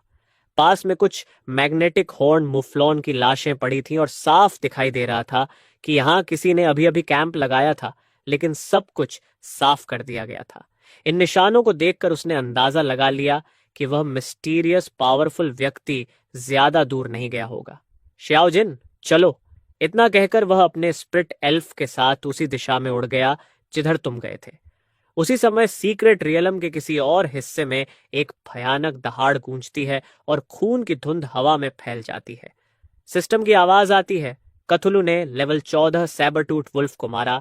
189 स्पिरिचुअल पावर पॉइंट्स प्राप्त हुए। तुम कथुलू के साथ लगातार बीस्ट्स का शिकार करते रहे और धीरे धीरे रात हो गई। इतनी देर हो गई, तुम कथुलू की पीठ पर लेटे हुए उसे मॉन्स्टर्स को खत्म करते देखते रहे। कई घंटे गुजरने के बाद तुम्हें भी थकान महसूस होने लगी। तुम सोचते हो अब आराम करना चाहिए, फार्मिंग कल जारी रखेंगे। ये सोचकर तुम नीचे कूदते हो और कैंप लगाने लगते हो। थोड़ी ही देर में तुम एक सिंपल टेंट लगा लेते हो, लकड़ियां इकट्ठी करके कैंप फायर भी जला देते हो। सब तैयार होने के बाद तुम सीथुलू को वापस समन स्पेस में भेज देते हो। तभी अचानक एक हल्की सी आवाज तुम्हारा ध्यान खींच लेती है। तुम हल्का सा भौहें सिकोड़ते हो और हाथ उठाकर कथूलू को समन करने ही वाले थे कि तुम्हें एक फैमिलियर सिलुएट दिखाई देती है। तुम्हारा समन करने वाला हाथ हवा में ही रुक जाता है। तुम सामने खड़ा था लूजिंगकोंग। वह भी हल्का सा भौहें सिकोड़ता है। वह उस मिस्टीरियस जीनियस को ढूंढने आया था, लेकिन उसे बिल्कुल उम्मीद नहीं थी कि यहाँ लिमोरान मिलेगा। वह पूछता है, तुम यहाँ क्या कर रहे हो? एक एफ रैंक टैलेंट वाला ट्रेनर सीक्रेट रियलम की गहराइयों में अकेला, तुम्हें मरने का डर नहीं लगता? वह आसपास देखता है और नोटिस करता है कि तुमने तो यहाँ टेंट भी लगा रखा है, जिससे वह और भी कंफ्यूज्ड हो जाता है। तुम भी थोड़ा सरप्राइज्ड होकर कहते हो, फिर मिल गए हम। सच में कैंपस की महान ब्यूटी लुजिंगोंग, तुम इतनी गहराई तक पहुंच गए? लेकिन लुजिंगोंग को तुम्हारी बातों में कोई दिलचस्पी नहीं थी। उसने सीधे पूछा, लिमोरान, एक बात बताओ, क्या तुमने किसी बहुत पावरफुल ट्रेनर को देखा है? उसकी बीस्ट साइकिक टाइप की होनी चाहिए। मेरे श्याओ, जिनको उसकी बीस्ट की रेजिडुअल स्पिरिचुअल एनर्जी ने डरा दिया था। Psychic type beast? यहाँ तो ऐसी कोई बीस्ट नहीं है, बस कथुलू है जो कुछ हद तक उस कैटेगरी के करीब है। क्या सच में एम्परर डिवाइन एल्फ कथुलू की कलेक्टिव मैडनेस की बची हुई एनर्जी से डर गया?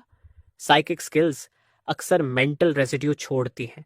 ये सोचते ही तुम्हारा एक्सप्रेशन अचानक अजीब हो जाता है। कहीं लुजिंगोंग जिस इंसान की बात कर रहा है वह मैं ही तो नहीं? तुम मन ही मन सोचते हो, क्या मुझे सीथुलू को समन करना चाहिए? थोड़ी देर सोचने के बाद तुमने ऐसा न करने का फैसला किया।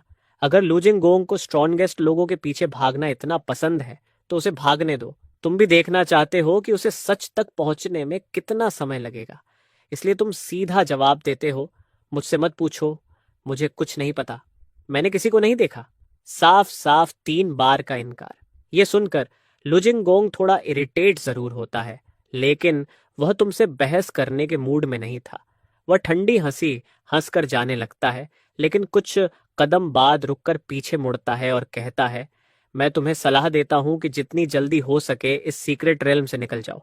तुम्हारे लेवल का इंसान यहां रहेगा तो बस मौत का इंतजार करेगा।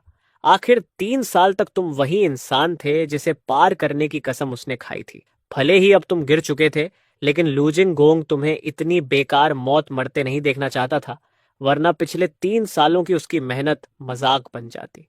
तुम शांत स्वर में जवाब देते हो, अपना काम करो, वही काफी है। जिद्दी इंसान। जब कीमत चुकाओगे तब समझ आएगा। उसका चेतावनी भरा लेकिन नेक इरादा फिर से नजरअंदाज कर दिया गया। लुजिंगोंग को थोड़ी झुंझलाहट होती है और वह तय करता है कि अब तुम्हारे मामलों में दखल नहीं देगा। वह तुरंत अपने एम्परर डिवाइन एल्फ के साथ वहां से उड़ जाता है। तुम बस सिर हिलाते हो और अपनी टेंट के अंदर चले जाते हो। तुमने अभी अभी स्लीपिंग बैग खोलकर आराम से सोने की तैयारी की ही थी कि अचानक एक तेज चीख सन्नाटे को चीर देती है। तुम चौंक कर बाहर निकलते हो। Spirit beast invasion? बाहर आकर जो दृश्य तुम देखते हो उससे तुम हैरान रह जाते हो। आसमान में लुजिंग गोंग अपने एम्परर डिवाइन एल्फ पर सवार होकर ऊपर उड़ रहा था, लेकिन वह ज्यादा दूर नहीं जा पाया क्योंकि अचानक चारों तरफ से कई जायंट ईगल्स प्रकट हो गए और एम्परर डिवाइन एल्फ पर लगातार हमला करने लगे। तुम उन्हें तुरंत पहचान लेते हो, ये सेरुलियन जायंट ईगल्स हैं। सेरुलियन जायंट ईगल एक बेहद खतरनाक स्पिरिचुअल बीस्ट है। बिगिनर सीक्रेट रेल्म में भी सबसे कमजोर सेरुलियन जायंट ईगल लेवल 15 से ऊपर होता है और कुछ तो लेवल 18 या 19 तक भी पहुंच जाते हैं।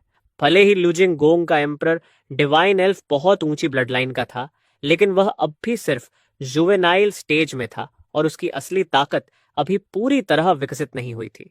दूसरी तरफ सेरुलियन जायंट ईगल्स बेहद क्रूर और आक्रामक थे। एक साथ इतने सारे जायंट ईगल्स का सामना करते हुए एम्परर डिवाइन एल्फ के पास जीतने का कोई मौका ही नहीं था। अचानक एम्परर डिवाइन एल्फ ने एक दर्द भरी चीख निकाली और उसकी कई सुनहरी पंख हवा में बिखर गईं। आसमान में लुजिंग गोंग अब बिल्कुल भी संतुलन बनाए नहीं रख पा रहा था। अगले ही पल वह चीखते हुए नीचे गिरने लगा। इतनी ऊंचाई से गिरना उसकी जान ले सकता था। तुम यह दृश्य देखकर बड़बड़ाते हो, यह आदमी सच में मुसीबत को खुद बुलाता है। यह देखकर तुम अब चुप नहीं रह सकते थे। तुमने तुरंत कथूलू को समन किया और उसे आदेश दिया कि वह तुम्हें अपने टेंटिकल से पकड़कर ऊपर ले जाए। अगले ही पल सथुलू के शरीर से काली धुंध फैलने लगी और उसने तुम्हें भी अपने साथ उस धुंध में छिपा लिया। फिर उसका शरीर जैसे धुंधला सा हो गया और वह बेहद तेज गति से आगे बढ़ा। पलक झपकते ही वह लुजिंग गोंग के नीचे पहुंच गया। उसी क्षण दर्जनों टेंटलस बिजली की तरह आसमान की तरफ बढ़े और उन सेरुलियन जायंट ईगल्स को आर पार भेद दिया। सिस्टम की आवाज आई, कथूलू ने लेवल 15 सेरुलियन जायंट ईगल को मारा। 280 स्पिरिचुअल पावर पॉइंट्स प्राप्त हुए। फिर कथूलू ने लेवल 16 सेरुलियन जायंट ईगल को मारा। 320 स्पिरिचुअल पावर पॉइंट्स प्राप्त हुए। ये लगातार नोटिफिकेशंस तुम्हारे कानों में गूंज रहे थे, लेकिन उस समय तुम्हारे पास उन्हें देखने का समय नहीं था। तुमने तुरंत कथूलू को आदेश दिया। एक लंबा टेंटिकल आगे बढ़ा और जमीन से टकराने से ठीक पहले लुजिंग गोंग को मजबूती से पकड़ लिया। फिर उसने उसे धीरे से जमीन पर उतार दिया। एम्परर डिवाइन एल्फ भी तेजी से नीचे उतरा ताकि अपने मास्टर की रक्षा कर सके, लेकिन जैसे ही उसने कथूलू को देखा, उसका पूरा शरीर फिर से डर से कांपने लगा और वह अपने पंखों में खुद को लपेटकर सिकुड़ गया। लुजिंग गोंग ने मुश्किल से आंखें खोलीं और उलझन भरी नजरों से चारों तरफ देखने लगी। वह बोली, मैं ठीक हूं श्याओ जिन, तुम्हें क्या हुआ? लेकिन जब उसने स्पिरिट फीनिक्स को फिर से कांपते देखा तो वह हैरान रह गई। जैसे ही उसने पीछे मुड़कर देखा, उसके सामने का दृश्य उसकी जिंदगी भर की याद बन गया। उसके सामने 2 मीटर से भी ऊंचा एक भयानक मॉन्स्टर खड़ा था। ऑक्टोपस का सिर, इंसान का शरीर और चमगादड़ जैसे पंख। उसका पूरा शरीर काले धुएं जैसी धुंध से घिरा हुआ था। उसके पास एक इंसानी आकृति खड़ी थी जिसका चेहरा भी उसी धुंध में छिपा हुआ था। उस मॉन्स्टर के आसपास इतनी शक्तिशाली मानसिक ऊर्जा फैल रही थी कि लुजिंग गोंग ने बस एक पल के लिए उसे देखा और उसका दिमाग जैसे अराजकता में डूबने लगा, जैसे वह पागल होने वाली हो। उसने तुरंत नजरें फेर लीं और पूरी तरह स्तब्ध रह गई। अब उसे समझने में देर नहीं लगी। यही वह मिस्टीरियस जीनियस था जिसे वह ढूंढ रही थी। तभी धुंध के अंदर से तुम्हारी आवाज आई, थोड़ी झुंझलाहट के साथ, 3 साल पढ़ाई की है तुमने, आखिर उससे सीखा क्या? रात का समय सबसे खतरनाक होता है, जब वुल्फ्स और जायंट ईगल्स सबसे ज्यादा एक्टिव होते हैं, और तुम खुले आसमान में उड़ रही थी। मरना चाहती हो क्या? कथूलू की धुंध से होकर निकलने की वजह से तुम्हारी आवाज अजीब सी रहस्यमय और गूंजती हुई लग रही थी। ऊपर से तुम्हारा चेहरा भी उस काली धुंध में छिपा हुआ था, इसलिए लुजिंग गोंग बिल्कुल भी पहचान नहीं पाई कि वह तुम हो। तुम्हारी डांट सुनकर वह कुछ पल के लिए चुप रह गई और होंठ काटते हुए बोली, मैं। लेकिन वह जल्दी ही संभल गई। आखिर वह इस इंसान को जानती भी नहीं थी। फिर उसे क्या हक था उसे ऐसे डांटने का? लुजिंग गोंग धीरे धीरे खड़ी हो गई। उसकी आंखों में थोड़ी नाराजगी थी, लेकिन उसने उसे दबा लिया। उसने कहा, मेरी जान बचाने के लिए धन्यवाद, लेकिन मैं इतनी बड़ी हूं कि अपने फैसले खुद ले सकूं। उसके सामने वही जीनियस खड़ा था जिसे वह पार करना चाहती थी। इसलिए वह उसके सामने कमजोरी नहीं दिखाना चाहती थी। तुम्हें यह सुनकर हंसी आ गई और तुम बोले, इतनी बड़ी हो? अगर मैं समय पर नहीं आता तो इतनी ऊंचाई से गिरकर तुम मर चुकी होती, ये तो तय है। अगर इसे बेवकूफी नहीं कहते तो और क्या कहते हैं? लुजिंग गोंग ने मुंह फेर लिया और कोई जवाब नहीं दिया। उसकी जिद साफ दिखाई दे रही थी। उसे देखकर तुम थोड़ा बेबस महसूस करने लगे। 3 साल के स्कूल में तुम अच्छी तरह जानते थे कि यह लड़की कितनी जिद्दी है। आखिर तुमने झुंझलाकर कहा, ठीक है, जैसा चाहो करो। अगली बार मुसीबत में पड़ो तो मत कहना कि मैंने चेतावनी नहीं दी। ये कहकर तुम मुड़कर जाने लगे। तुम्हें जाते देख लुजिंग गोंग घबरा गई और जल्दी से बोली, रुको। तुम मुड़कर थोड़ा चिढ़े हुए अंदाज में कहते हो, अब क्या? लुजिंग गोंग ने हल्का झिझकते हुए पूछा, क्या तुम मुझे अपना नाम और अपनी एकेडमी बता सकते हो?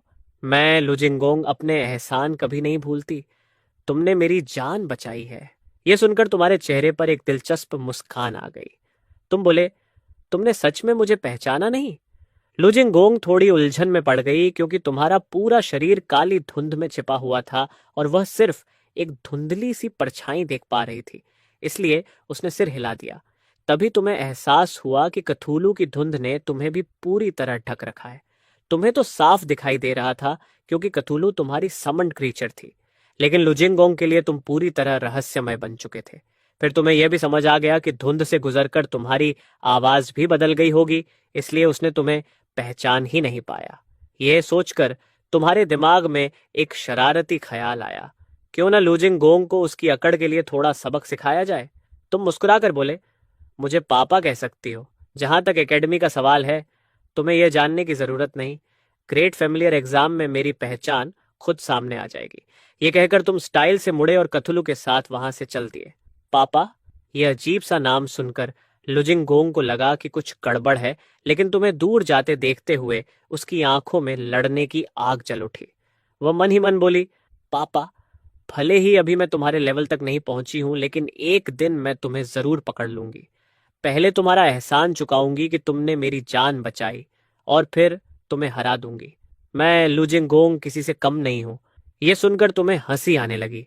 वह बिल्कुल वैसी ही लग रही थी जैसे 3 साल पहले स्कूल में थी। उसी तरह उसने तब भी तुम्हें चुनौती दी थी। तुम मन ही मन सोचते हो, ग्रेट फैमिलियर एग्जाम के दिन जब उसे पता चलेगा कि जिस इंसान को वह पार करना चाहती है वह मैं ही हूं, तब उसके चेहरे का एक्सप्रेशन देखने लायक होगा। तुम अंदर ही अंदर मुस्कुराते हुए सोचते हो, 3 साल पहले तुम मेरे पीछे चलती थी और 3 साल बाद भी तुम अभी तक मेरे पीछे ही चल रही हो। तुम्हारे जाने के बाद स्पिरिट फिनिक्स का कांपना धीरे धीरे बंद हो गया। श्याओजिन ने लुजिंग गोंग की आवाज सुनी और वह दयनीय चेहरा बनाकर उसके पास आ गया। अभी कुछ देर पहले तक रॉयल ब्लड लाइन वाला यह पावरफुल फैमिलियर अब एक डरे हुए छोटे पक्षी जैसा लग रहा था। लुजिंग गोंग ने श्याओजिन के पंखों को सहलाते हुए कहा, डर मत श्याओजिन, सब ठीक है, चिंता मत करो। एक दिन हम उस आदमी को जरूर हरा देंगे, यह तय है। तुम मेरे फैमिलियर हो, तुम भी दूसरों से कम नहीं हो सकते। लुजिंग गोंग ये कहते हुए अपने डिवाइन स्पिरिट फीनिक्स को सहला रही थी, लेकिन डिवाइन स्पिरिट फीनिक्स ने उसे एक अजीब सी नजर से देखा। अगर लुजिंग गोंग उस नजर का मतलब समझ पाती तो शायद उसे पता चलता कि स्पिरिट फीनिक्स मन ही मन क्या सोच रहा था। मूर्ख इंसान, अगर तुम्हें खुद अपनी मौत की तरफ भागना है तो मुझे साथ मत घसीटो। अगर मैंने अभी अपने पंखों में खुद को लपेटकर बचाव न किया होता तो शायद इस समय तक मैं पागल हो चुका होता। अगली सुबह तुम फिर से कथूलू के साथ अपनी मैसेकर जर्नी पर निकल पड़े। अब उसकी ग्रोथ प्रोग्रेस आधे से भी ज्यादा हो चुकी थी। बस कुछ और घंटे मॉन्स्टर्स का शिकार और वह अगले लेवल पर पहुंच जाएगा। तुम आराम से कथुलू की पीठ पर बैठे थे और उसे तुम्हें इधर उधर ले जाने दे रहे थे। अचानक कथुलू के टेंटिकल्स बिजली की तरह आगे बढ़े और 3 आंखों वाले कुछ जंपिंग बीस्ट्स, जिन्हें कुछ गलत होने का एहसास हुआ था, पलक झपकते ही मारे गए। सिस्टम की आवाज आई। कथुलू ने लेवल 16 3 आइड जंप बीस्ट को मारा। 268 स्पिरिचुअल पावर पॉइंट्स प्राप्त हुए। सीक्रेट रेल्म के कोर एरिया में रहने वाली स्पिरिचुअल बीस्ट्स भले ही हाई लेवल और काफी ताकतवर थीं, लेकिन कथुलू के सामने वे सब बेहद कमजोर थीं। जहां भी कथुलू गुजरता, कोई बीस्ट सामने आने की हिम्मत नहीं करती। जो भी गलती से सामने आ जाती वह तुरंत खत्म हो जाती। क्थूलू के टेंटिकल्स की स्पीड लगभग लाइटनिंग जैसी थी और वे करीब 100 मीटर तक फैल सकते थे। जब तक कोई बीस्ट कई 100 मीटर दूर से उसे देख न ले, तब तक उसके लिए बचकर निकलना लगभग नामुमकिन था। अगर कोई आउटसाइडर यह दृश्य देखता तो शायद गुस्से से चीख पड़ता।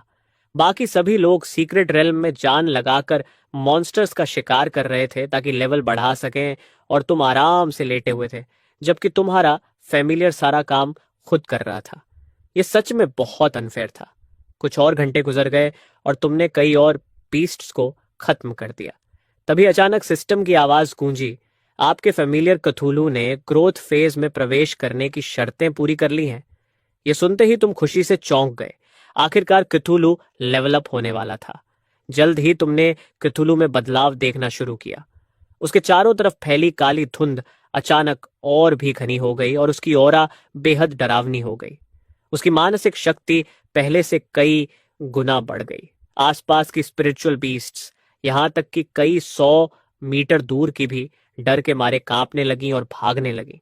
उसी समय क्थूलू का शरीर भी धीरे धीरे बढ़ने लगा। पहले वह लगभग 2 मीटर का था, लेकिन अब उसकी ऊंचाई बढ़कर करीब 3 मीटर हो गई।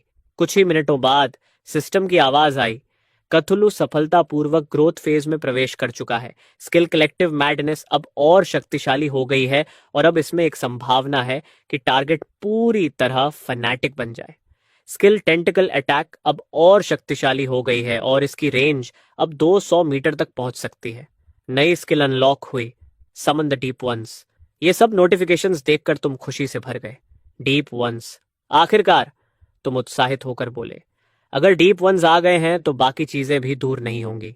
आखिर क्थूलू के सिर्फ एक ही तरह के सर्वेंट्स नहीं होते। मिथ स्टोरीज के बड़े फैन होने के कारण तुम क्थूलू के पावर्स, सर्वेंट्स और एवेटार्स के बारे में लगभग सब कुछ जानते थे।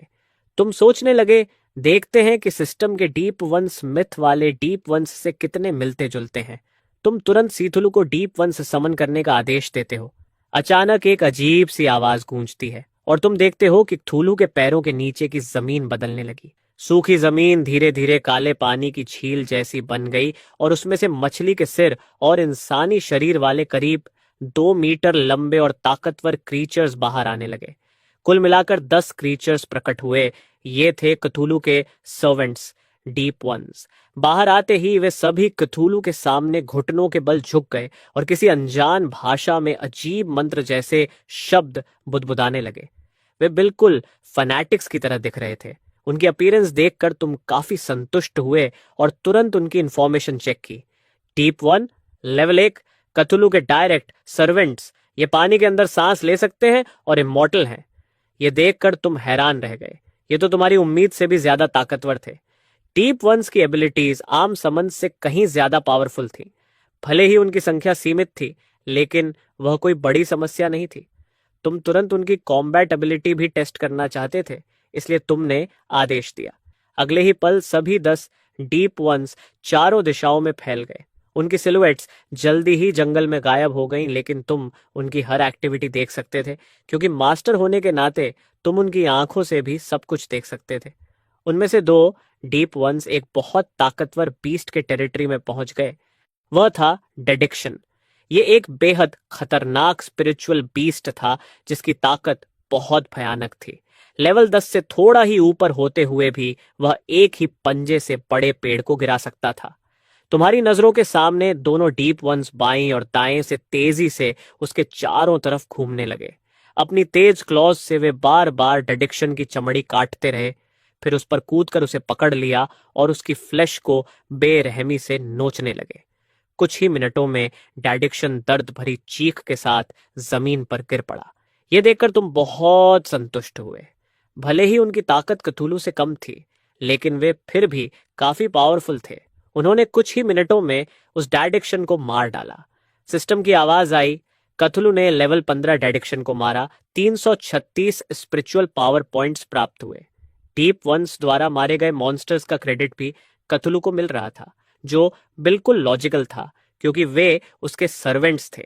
इसी तरह बाकी डीप वंस ने भी जल्दी जल्दी अपनी अपनी प्रे ढूंढ ली और भीषण लड़ाई के बाद उन्हें मार दिया। थोड़ी ही देर में क्थूलू को फिर से काफी स्पिरिचुअल पावर मिल गई। ये देखकर तुमने डीप वंस की मॉनिटरिंग बंद कर दी और कथुलू के साथ सीक्रेट रेल्म की ओर गहराई में आगे बढ़ गए। हालांकि एग्जाम का मेन ऑब्जेक्टिव तुम पहले ही पूरा कर चुके थे, लेकिन सीक्रेट रेल्म अभी भी खुला हुआ था। हर मारा गया मॉन्स्टर एक एक्स्ट्रा बोनस था। जितनी ज्यादा ताकत तुम अभी हासिल कर लोगे, ग्रेट फेमिलियर एग्जामिनेशन में उतना ही ज्यादा फायदा मिलेगा। अचानक तुम्हें एक नोटिफिकेशन मिला कि तुम्हारा सप्लाइंट एलिमिनेट हो गया है। तुम चौंक गए। कैसे मारा गया?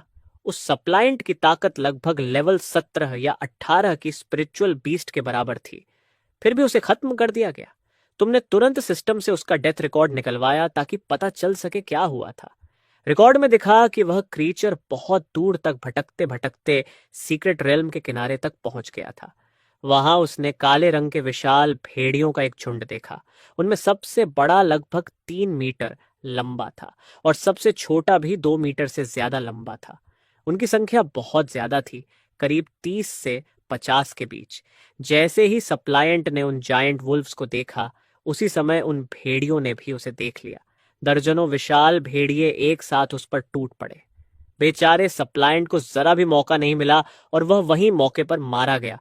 तुमने उन्हें तुरंत पहचान लिया। धत्त, इतने सारे जायंट वुल्व्स यहां कैसे हो सकते हैं? ये जायंट वुल्फ ऑफ जी नाम की बेहद ताकतवर स्पिरिचुअल बीस्ट थी, जो सामान्य भेड़ियों से कई गुना बड़ी होती है।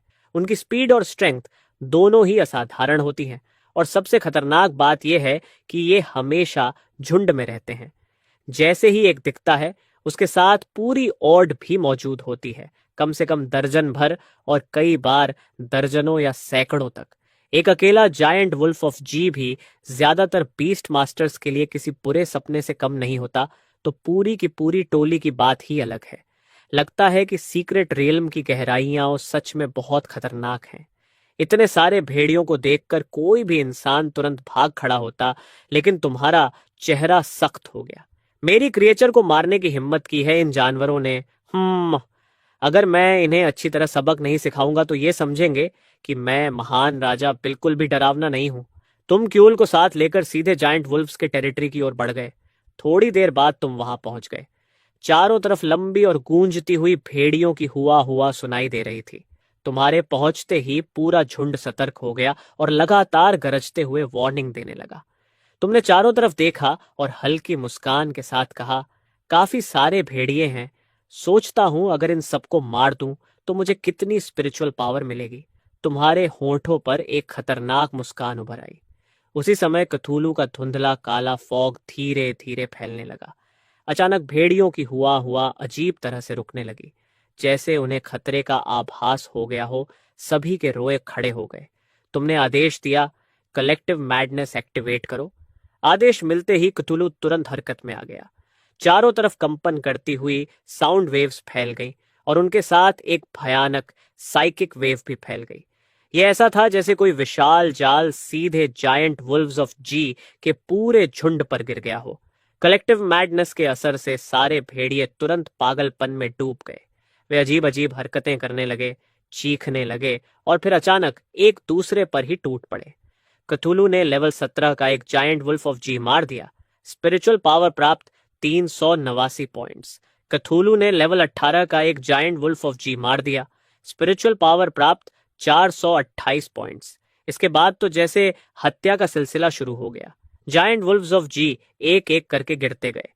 लगातार स्पिरिचुअल लाइट की धाराएं कथुलू के शरीर में समाती जा रही थी। अजीब बात यह थी कि इस पूरे समय तुम और सिथुलू, जो असली दोषी थे, बिल्कुल भी नहीं हिले। बस खड़े होकर यह तमाशा देखते रहे। असल में ये सारे जायंट वुल्फ्स अपने ही साथियों द्वारा मारे जा रहे थे, लेकिन स्पिरिचुअल पावर फिर भी कथुलू को मिल रही थी। अगर किसी ने यह दृश्य देखा होता तो शायद उसे अपनी आंखों पर यकीन ही नहीं होता। लगभग आधा घंटा बाद जब आखिरी जायंट ब्लैक वुल्फ भी मर गया, तब तुम्हारे चेहरे पर आखिरकार संतोष भरी मुस्कान आई। काफी अच्छा शो था, लेकिन अफसोस ये जुयान शेंग वाले शो जितना रोमांचक नहीं था। मरने के बाद इन जायंट ब्लैक वुल्फ्स का कोई शव नहीं बचा। वे सभी सैक्रिफाइस होकर गायब हो गए। लेकिन तुम्हें इससे कोई फर्क नहीं पड़ा। तुम सीथुलू के साथ अपने खूनी सफर को आगे बढ़ाते रहे।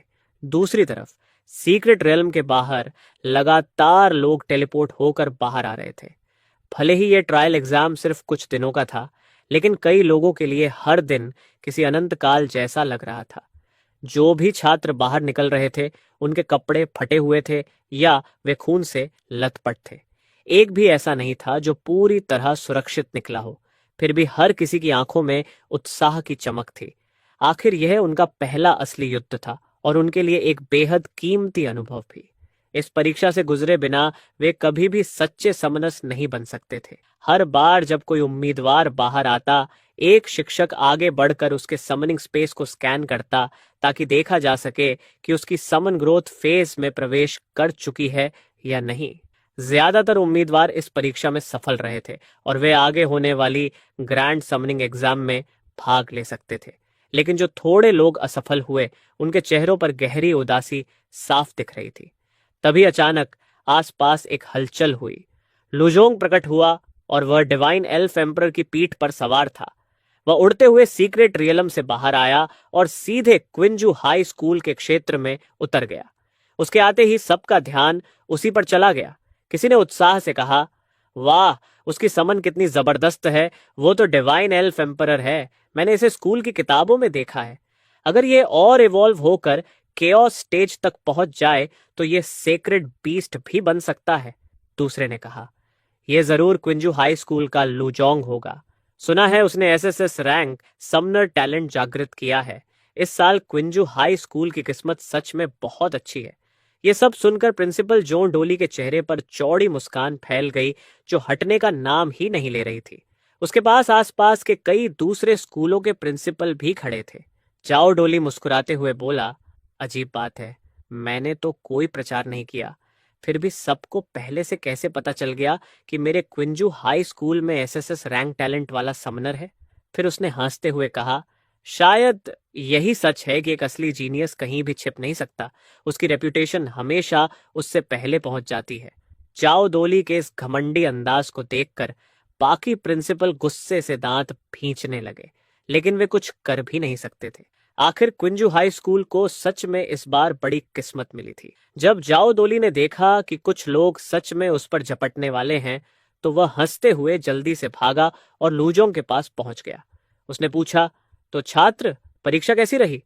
लूजोंग ने शांत स्वर में जवाब दिया, आपकी चिंता के लिए धन्यवाद प्रिंसिपल। जाओ डोली जोर से हंस पड़ा।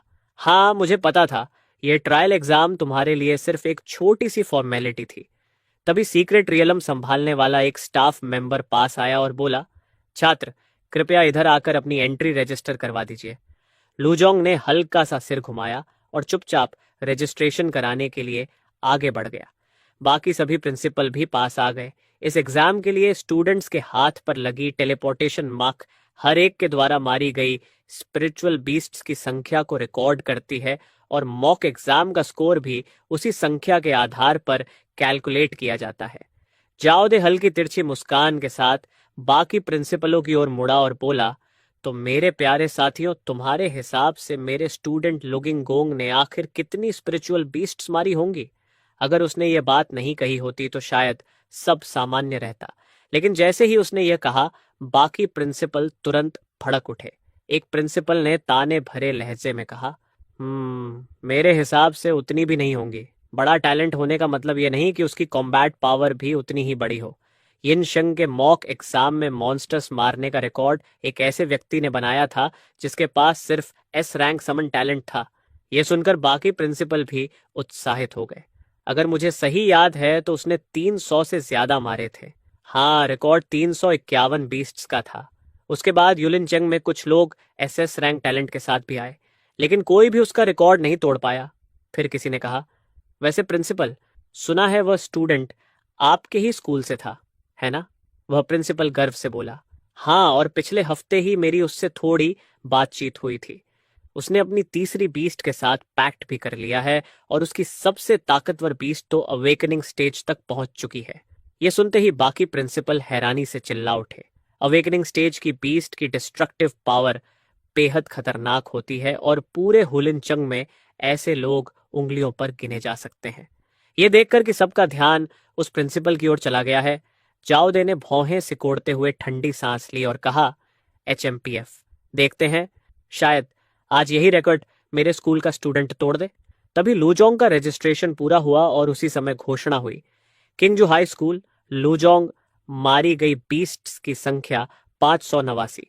ये सुनते ही सभी प्रिंसिपल की आंखें फैल गईं, खासकर वही प्रिंसिपल जो अभी अभी अपने स्टूडेंट के रिकॉर्ड की शेखी बखार रहा था। अभी कुछ ही पल पहले वह अपने स्टूडेंट के एक्स्ट्रॉर्डिनरी रिकॉर्ड की तारीफ कर रहा था और अगले ही सेकंड उसकी पूरी शान धरी की धरी रह गई। वह हकलाते हुए बोला, ये कैसे हो सकता है? उसने इतनी बीस्ट्स कैसे मार दी? उसका चेहरा पूरी तरह शौक से भरा हुआ था। चाओ ने हंसते हुए बोला, अरे ओल्ड हाउ, मैंने पहले ही कहा था कि मेरे स्कूल के स्टूडेंट्स बहुत मजबूत हैं, लेकिन तुम मानते ही नहीं थे। अब देख लिया ना। इस समय जियाउद का मूड बेहद अच्छा था क्योंकि लूजिंग गोंग के इस स्कोर ने उसे बहुत सम्मान दिलाया था। ये देखकर बाकी प्रिंसिपल तरह तरह के बहाने बनाने लगे। अरे मेरी पत्नी बच्चे को जन्म देने वाली है, मुझे जाना होगा। आज मुझे बहुत जरूरी काम है, मुझे छुट्टी लेनी पड़ेगी, मेरे पीरियड्स आ गए हैं। ऐसी अजीब अजीब बातें कहकर सभी प्रिंसिपल जल्दी जल्दी वहां से निकल गए। जाते जाते जाओदे ने पीछे से आवाज लगाई, अरे साथियों, मेरे स्कूल में स्टूडेंट लुइंगोंग की एकेडमी एडमिशन सेलिब्रेट करने के लिए पार्टी रखी जा रही है, आना मत भूलना। ये सुनते ही वे लोग और भी तेजी से भाग गए। उनके जाते ही जाओदे तुरंत लुगिंगोंग के पास पहुंचा और उत्साह से बोला, स्टूडेंट लू, क्या तुम्हें किसी चीज में मदद चाहिए? बिना झिझक बताओ, शर्म मत करो। लुगिंगोंग ने थोड़ी देर सोचकर पूछा, सर, हुलिनचेन के दूसरे स्कूलों में क्या बाबा नाम का कोई स्टूडेंट है? चौदह हैरान होकर बोला, बाबा? कितना अजीब नाम है, मैंने कभी नहीं सुना और मुझे पूरा यकीन है कि दूसरे स्कूलों में ऐसा कोई नहीं है। क्विंजू रीजन के सभी स्कूल आपस में कंपटीशन में रहते हैं और हर प्रिंसिपल दूसरे स्कूलों के स्टूडेंट्स को अच्छी तरह जानता है। खासकर जाओडे तो लगभग सभी स्टूडेंट्स के नाम तक याद रख सकता है। इसलिए जैसे ही लुजिंगोंग ने यह सवाल पूछा, उसने तुरंत जवाब दे दिया। ल्यूजोंग ने हल्का सा भौहें सिकोड़ ली और बोला, कैसे हो सकता है, कोई नहीं है। इनिशियल सीक्रेट रियलम में तो सिर्फ यूलिन चेन के स्कूलों के स्टूडेंट्स ही जा सकते हैं, इसलिए बाबा कोई बाहरी व्यक्ति नहीं हो सकता। उसे ऐसा सोचते देखकर जाओ दे ने थोड़ी उलझन में पूछा, स्टूडेंट, तुम ये सवाल क्यों पूछ रहे हो? लिंगोंग ने सिर हिलाते हुए कहा, कुछ नहीं। वह नहीं चाहता था कि कोई जाने कि उसे बाबा ने पूरी तरह दबा दिया था, क्योंकि यह उसके गर्व का सवाल था। यह देखकर जाओ दे ने और सवाल नहीं किया। धीरे धीरे स्टूडेंट्स बाहर निकलते रहे। ज्यादातर लोग जा चुके थे, लेकिन लुजिंगोंग अभी भी नहीं गया था। उसने फैसला किया कि वह यहीं इंतजार करेगा और देखेगा कि क्या वह उस व्यक्ति का इंतजार कर सकता है जो उसे पापा कहकर बुलाता था। बाहर आने वाले हर स्टूडेंट के मारे गए मॉन्स्टर्स की संख्या दर्ज की जा रही थी। कमजोर स्टूडेंट्स ने लगभग 40 से 50 मॉन्स्टर्स मारे थे और अच्छे स्टूडेंट्स ने करीब 100, जबकि 200 से ज्यादा मारने वाले बहुत ही कम थे। तभी घोषणा हुई, क्विंजू हाई स्कूल, लिंगजन, मारे गए मॉन्स्टर्स की संख्या 236। ये सुनकर भीड़ में हलचल मच गई। ये तो क्विंजू हाई स्कूल का लिंगजन है, 4 महान जीनियसेस में से एक है ना। 200 से ज्यादा स्पिरिचुअल बीस्ट्स मारना सच में उसकी रेप्यूटेशन के लायक है। लोगों को अपने बारे में बात करते सुनकर लिंगजन बेहद खुश हो गया और बादलों पर चलते हुए जैसा महसूस करने लगा। वह जल्दी से अपने स्कूल के एरिया में लौट गया, जहां प्रिंसिपल जेली ने गंभीर स्वर में कहा, अच्छा काम किया, इसी तरह मेहनत करते रहो। लेकिन लुजिंगोंग के मुकाबले जाओ दे का यह एनकरेजमेंट लिंगजन के लिए सिर्फ औपचारिकता जैसा था। इस बीच शाम होने लगी और इनिशियल सीक्रेट रियल्म के बंद होने का समय नजदीक आ गया। अब सिर्फ आधा घंटा बचा था और बाहर आने वालों की संख्या भी कम होती जा रही थी। कुछ स्कूल तो अपना सामान भी समेटने लगे थे और जाने की तैयारी कर रहे थे, लेकिन लुजिंगोंग अभी भी इंतजार कर रहा था। वह उस रहस्यमय व्यक्ति का इंतजार कर रहा था जो उसे पापा कहकर बुलाता था। मगर जब रियलम बंद होने ही वाला था, तब भी कोई नहीं आया। तभी अचानक जीन यूरो दौड़ते हुए आई। उसके चेहरे पर साफ चिंता दिखाई दे रही थी। उसे देखते ही जाओ दे जल्दी से बोला, अरे टीचर जेनी, इतनी जल्दी में क्यों हो? जान यूरो धीमी आवाज में बोली, यह लिमोरान के बारे में है।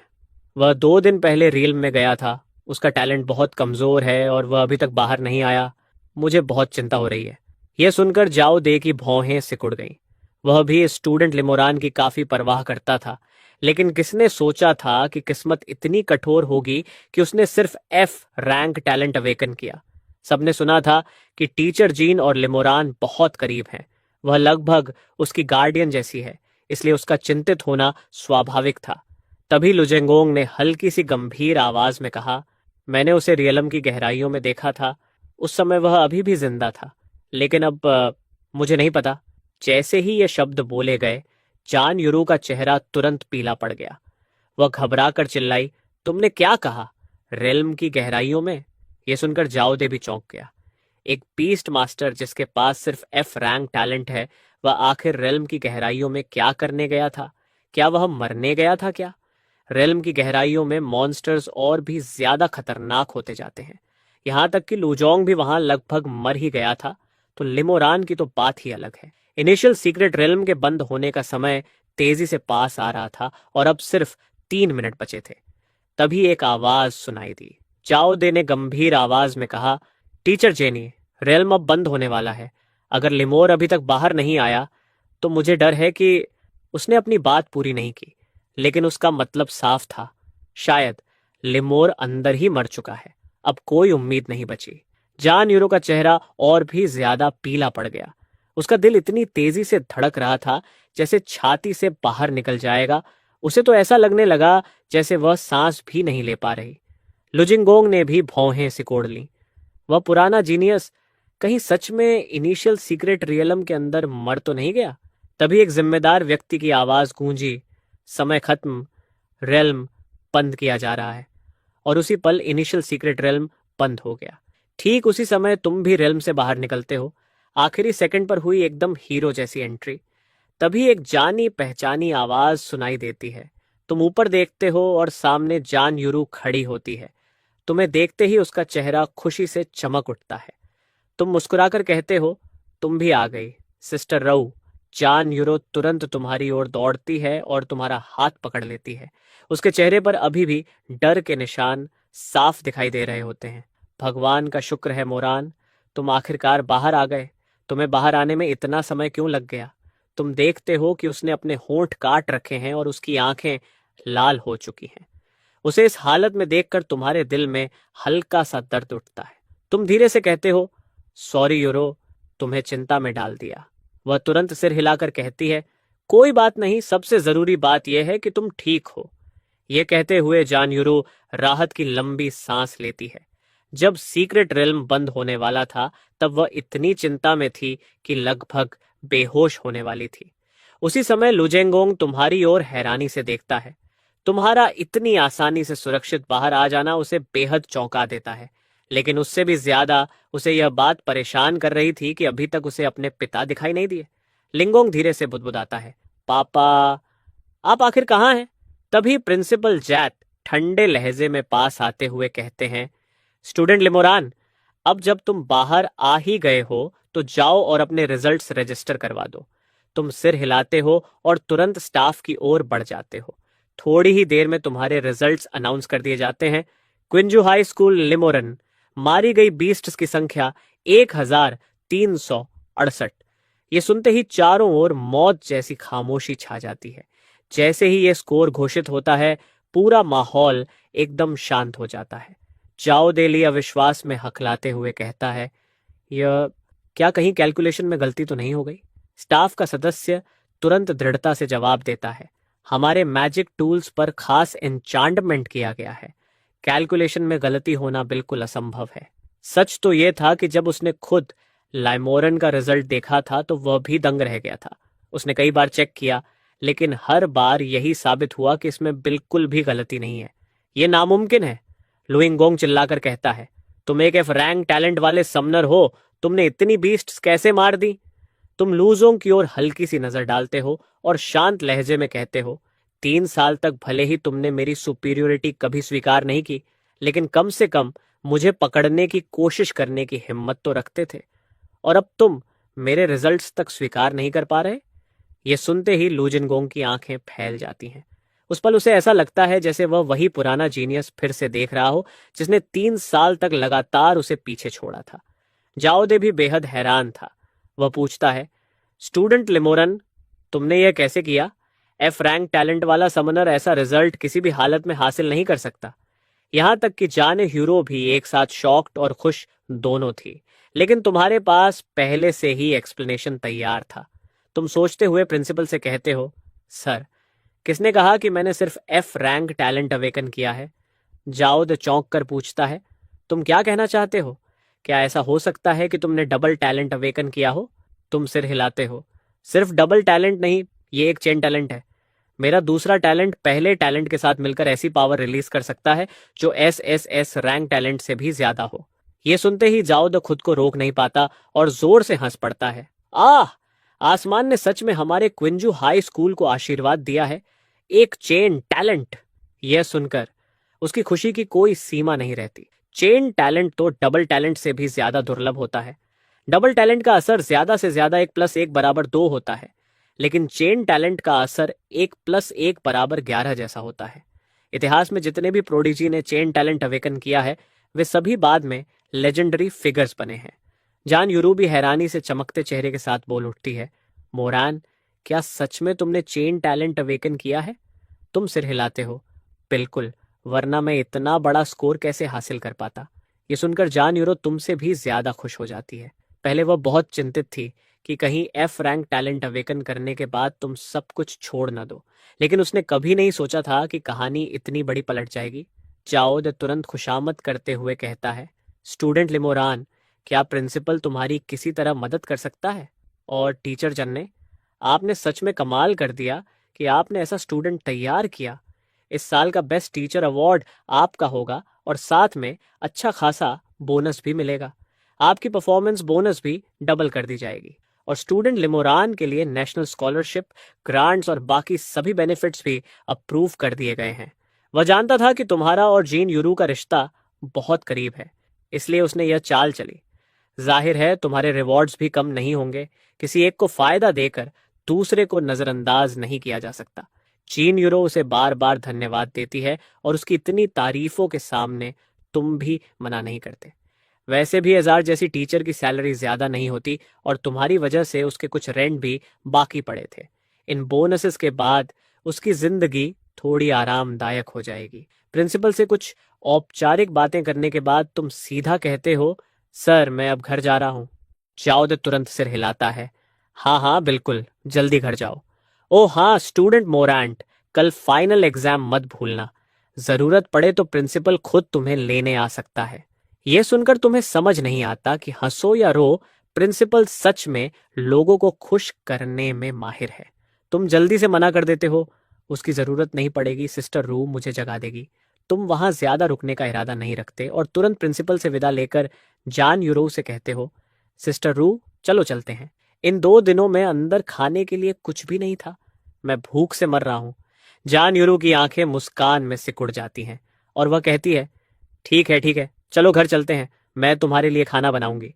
जैसे ही तुम दोनों जाने लगते हो, अचानक लुइंगोंग तुम्हारे सामने आकर खड़ी हो जाती है। उसकी भौहें तनी हुई हैं, चेहरा बर्फ जैसा ठंडा है और वह तुम्हारा रास्ता रोक लेती है। तुम भी भौहें सिकोड़ते हुए कहते हो, कैंपस की सबसे खूबसूरत लड़की लू, तुम मेरा रास्ता क्यों रोक रही हो? लुजंगोंग अपने होंठ काटती है, उसके चेहरे पर हल्की नाराजगी झलक रही होती है और वह गुस्से में बोल उठती है, लिम मोरन, क्या तुम ही वो पापा हो? तुम हैरान होने का नाटक करते हुए कहते हो, कौन सा पापा? मैं ऐसे किसी बेवकूफ नाम को नहीं जानता, लेकिन अगर तुम मुझे पापा बुलाना चाहती हो तो शायद मैं जवाब दे दूं।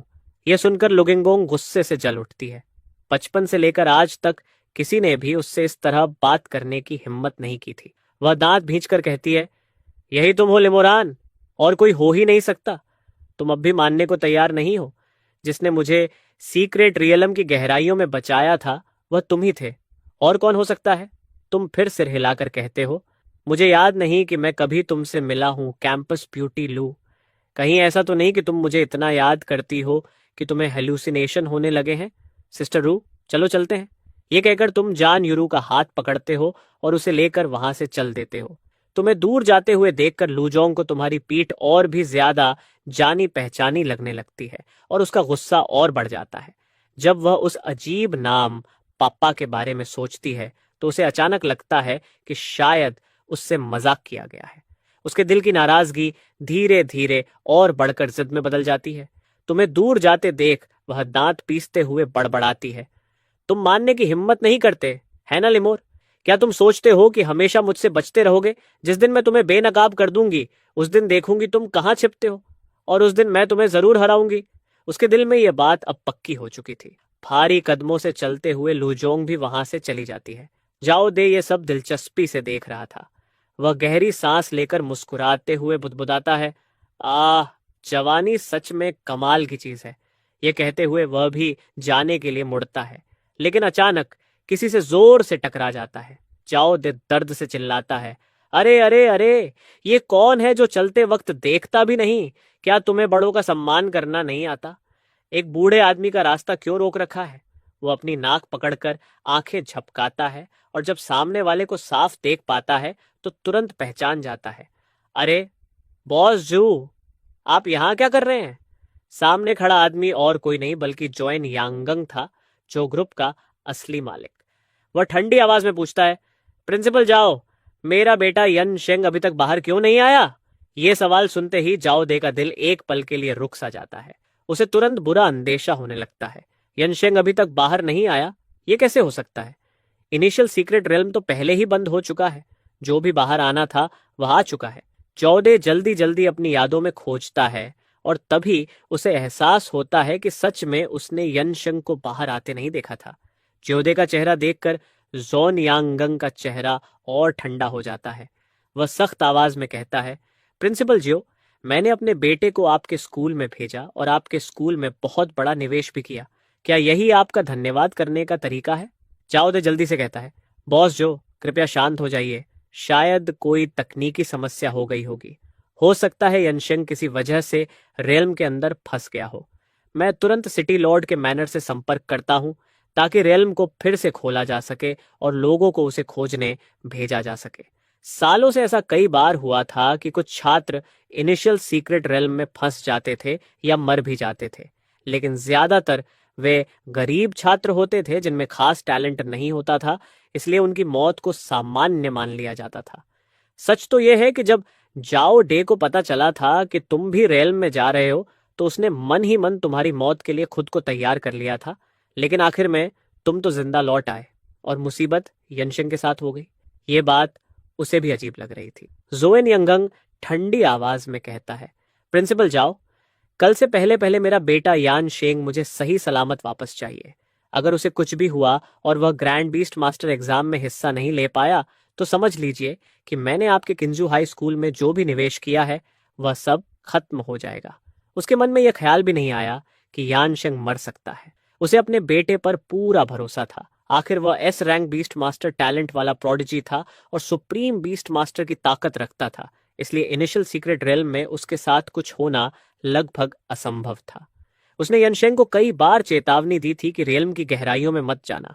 जॉन यांगंग को लगता था कि शायद टेलीपोर्टेशन मार्ग में कोई गड़बड़ी हो गई होगी, जिससे यान शेंग बाहर नहीं आ पाया। पहले भी ऐसे हादसे हो चुके थे। जियाओदे जल्दी जल्दी सिर हिलाता है और तुरंत सिटी लॉर्ड के मैनर की ओर दौड़ पड़ता है। अगले दिन सुबह क्विंजू हाई स्कूल में सभी छात्र पहले ही मैदान में इकट्ठा हो चुके थे।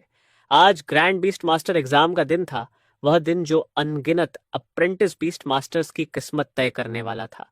सभी बेहद उत्साहित थे। आमतौर पर प्रिंसिपल जाओदे खुद सामने आकर एक प्रेरणादायक भाषण देता था, लेकिन आज अजीब बात यह थी कि वह वहां मौजूद नहीं था। तब डीन आगे आया और बोला, प्रिय छात्रों, प्रिंसिपल एक जरूरी काम में व्यस्त हैं और आज नहीं आ पाएंगे। वह अभी सिटी लॉर्ड के मैनर में हैं, इसलिए आज मैं ही आपको एग्जाम सेंटर तक लेकर जाऊंगा। सब कुछ पहले से तैयार था। डीन के नेतृत्व में छात्र अपनी अपनी क्लास के अनुसार वाहनों में बैठ गए। गाड़ियों के अंदर तरह तरह की बातें हो रही थी। प्रिंसिपल आज कहाँ चले गए? ग्रैंड एग्जाम के दिन भी नहीं आए। पता नहीं, शायद किसी जरूरी मीटिंग में होंगे। अरे कौन जाने, उनकी उम्र में भी अभी बहुत ताकत है। लेकिन ये बातें ज्यादा देर नहीं चलीं, क्योंकि जल्दी ही सबका ध्यान ग्रैंड एग्जाम की ओर चला गया। लगभग 1 घंटे बाद वे एग्जाम सेंटर पहुंच गए। वह जगह बेहद विशाल मैदान थी। मैदान के चारों तरफ कई विशाल पत्थर के खंभे खड़े थे, कम से कम कई दर्जन। थोड़ी दूरी पर एक ऊंचा पवेलियन बना हुआ था, जहां से नीचे पूरे एग्जाम एरिया को साफ देखा जा सकता था। तभी अचानक आसमान से एक आवाज गूंज उठी, प्रिय कैंडिडेट्स, मैं वेंग हूं। इस सेशन का चीफ एग्जामिनर। अब मैं आपको एग्जाम के रूल्स बताने जा रहा हूं। कोई भी बोल नहीं सकता, जो बोलेगा उसे तुरंत डिस्क्वालीफाई कर दिया जाएगा। उसने जैसे ही अपनी बात खत्म की, तुरंत किसी ने नाराज होकर विरोध किया। क्या बोलना मना है? ऐसा अजीब रूल कैसे हो सकता है? लेकिन वह अपनी बात पूरी भी नहीं कर पाया था कि अचानक एक पत्थर के स्तंभ से तेज रोशनी की किरण उस पर गिर पड़ी और तुरंत एक ठंडी आवाज गूंजी। इस कैंडिडेट ने नियम का उल्लंघन किया है। इसे ग्रैंड एग्जाम में भाग लेने का अधिकार रद्द किया जाता है। अगले ही पल वह कैंडिडेट एग्जाम एरिया से टेलीपोर्ट होकर बाहर फेंक दिया गया। यह दृश्य देखकर सभी लोग पूरी तरह स्तब्ध रह गए। कुछ लोगों ने तो डर के मारे अपने मुंह हाथ से ढक लिए, कहीं गलती से बोल न पड़े और रूल तोड़ दें। इस घटना के बाद जेंग ने ग्रैंड एग्जाम के रूल्स की घोषणा जारी रखी। यह ग्रैंड एग्जाम 3 फेजेस में होगा। पहला फेज है जनरल एप्टीट्यूड टेस्ट। इसमें हर कैंडिडेट की ओवरऑल एबिलिटी का पूरा इवैल्यूएशन किया जाएगा, जिसमें beast mastery level, blood line power, combat level, theoretical knowledge और इसी तरह की कई चीजें शामिल होंगी। कुल मिलाकर 10 टेस्ट होंगे। हर टेस्ट 30 पॉइंट्स का होगा, कुल 150 पॉइंट्स। दूसरा फेज है रियल कॉम्बैट असेसमेंट। सभी कैंडिडेट्स को रैंडमली अलग अलग वाइल्ड जोन्स में टेलीपोर्ट किया जाएगा। वहां आपको 3 दिनों तक सर्वाइव करना होगा। इस दौरान हम आप सभी की परफॉर्मेंस ऑब्जर्व करेंगे और उसी के आधार पर मार्क्स देंगे। इस फेज के कुल 300 पॉइंट्स होंगे। तीसरा फेज है ट्रायल टावर। ट्रायल टावर प्रकट होगी और सभी कैंडिडेट्स उसमें प्रवेश करके ट्रायल्स पूरा करेंगे। आपकी परफॉर्मेंस के आधार पर मार्क्स दिए जाएंगे। इस फेज के दौरान 10 बड़ी एकेडमीज के एडमिशन ऑफिसर्स भी मौजूद रहेंगे और हर कैंडिडेट को ध्यान से ऑब्जर्व करेंगे। इस फेज का टोटल स्कोर भी 300 पॉइंट्स है। तीनों फेजेस खत्म होने के बाद हर कैंडिडेट का फाइनल स्कोर कैलकुलेट किया जाएगा और रैंकिंग तय होगी, जिससे इस साल प्रोविंस का टॉप कैंडिडेट चुना जाएगा। इसके अलावा पहले फेज में आपको सभी टेस्ट्स पास करने होंगे और टोटल स्कोर 120 से ज्यादा होना चाहिए, तभी आप दूसरे फेज में जा पाएंगे। दूसरे फेज में आपका स्कोर 240 से ज्यादा होना चाहिए, तभी आप तीसरे फेज में जा सकेंगे। रूल्स बिल्कुल साफ थे और सभी लोग उन्हें अच्छी तरह समझ चुके थे। जेंग ने फिर कहा, अब आप सभी लाइन बनाकर लाइट पिलर्स के अंदर प्रवेश करें और ग्रैंड एग्जाम शुरू करें। जोरदार हलचल के साथ लोग तुरंत कई कतारों में खड़े हो गए। एक कैंडिडेट लाइट पिलर के पास गया। ऊपर से एक रोशनी की किरण उस पर गिरी और वह सीधे पिलर के अंदर चला गया। थोड़ी ही देर में तुम्हारी बारी भी आ गई और तुम भी अंदर प्रवेश कर गए। पिलर के अंदर एक बहुत ही अजीब जगह थी। तुम वहां बिल्कुल अकेले थे।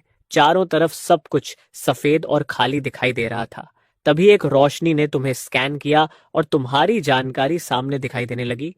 कैंडिडेट नेम लिमोरन, candidate number 02160175280, beast master, talent mysterious, F rank, registered beast, type Cthulhu. इसी बीच एग्जाम एरिया के बाहर बने पवेलियन में सफेद रोब पहने एक बूढ़ा आदमी नीचे खड़े लाइट पिलर्स को लगातार देख रहा था और हर कैंडिडेट की स्थिति पर नजर रख रहा था। वही इस सेशन का चीफ एग्जामिनर जेंग था। अचानक रोशनी चमकी और कई मिडिल एज्ड आदमी उसके पीछे आकर खड़े हो गए। वे भी इस एग्जाम के एग्जामिनर्स थे और जेंग की मदद करने के लिए नियुक्त किए गए थे। उनमें से एक एग्जामिनर ने कहा, मास्टर जेंग, सभी स्टूडेंट्स एग्जाम एरिया में प्रवेश कर चुके हैं। जेंग ने हल्का सा सिर हिलाया। ठीक है, शुरू करते हैं। तुरंत एग्जामिनर्स के सामने कई इंफॉर्मेशन पैनल्स दिखाई देने लगे और उनमें तुम्हारी जानकारी सबसे ऊपर थी। एक एग्जामिनर बोला, तो यही है इस साल मॉक एग्जाम का टॉप कैंडिडेट। लेकिन ये क्या, इसका टैलेंट तो एफ रैंक है। दूसरे ने कहा, उसकी एकेडमी के डायरेक्टर के अनुसार इस कैंडिडेट ने चेन टैलेंट अवेकन किया है। तीसरा एग्जामिनर चौंक गया। Chain talent? सच में? यह तो अविश्वसनीय है। लगता है इस साल यूलिन चेंग फिर से एक बड़ा जीनियस देने वाला है। किसी ने कहा, लेकिन इसकी समंड बीस्ट थोड़ी अजीब है। मैंने इसका नाम पहले कभी नहीं सुना। दूसरे एग्जामिनर ने जवाब दिया, शायद यह उसके चेन टैलेंट की वजह से म्यूटेशन हुआ होगा। सुना है उसके चेन टैलेंट ने उसकी समंड बीस्ट में बदलाव कर दिया है। एग्जामिनर्स आपस में तुम्हारे बारे में चर्चा करने लगे और सभी तुम्हारे बारे में काफी दिलचस्पी दिखा रहे थे। तभी जेंग ने कहा, ठीक है, पहले स्पिरिचुअल पावर टेस्ट से शुरू करते हैं। देखते हैं इस लिमोरान का स्पिरिचुअल पावर इंडेक्स कितना है। तुरंत टेस्ट ऑर्डर भेज दिया गया। एग्जाम एरिया के अंदर एक टेस्ट स्टेले प्रकट हुई और सभी कैंडिडेट्स ने टेस्ट देना शुरू कर दिया। कैंडिडेट जावे talent R rank spiritual power index 1276। Candidate लियमिन talent R rank spiritual power index 1003। Candidate गोजिंग S rank talent spiritual power index 2038। Spiritual power index लगातार डिस्प्ले होते रहे और एग्जामिनर्स उन्हें ध्यान से देखते रहे। एक बीस्ट मास्टर का स्पिरिचुअल पावर इंडेक्स उसकी समंड बीस्ट की ताकत से जुड़ा होता है। आमतौर पर जब समंड बीस्ट ग्रोथ फेज में पहुंचती है तो बीस्ट मास्टर का स्पिरिचुअल पावर इंडेक्स 1000 से ऊपर चला जाता है। अगर 1000 से कम है तो इसका मतलब होता है कि या तो टैलेंट बहुत कमजोर है या समंड बीस्ट की क्वालिटी बहुत कम है। इस साल के एग्जाम के अपने रूल्स थे।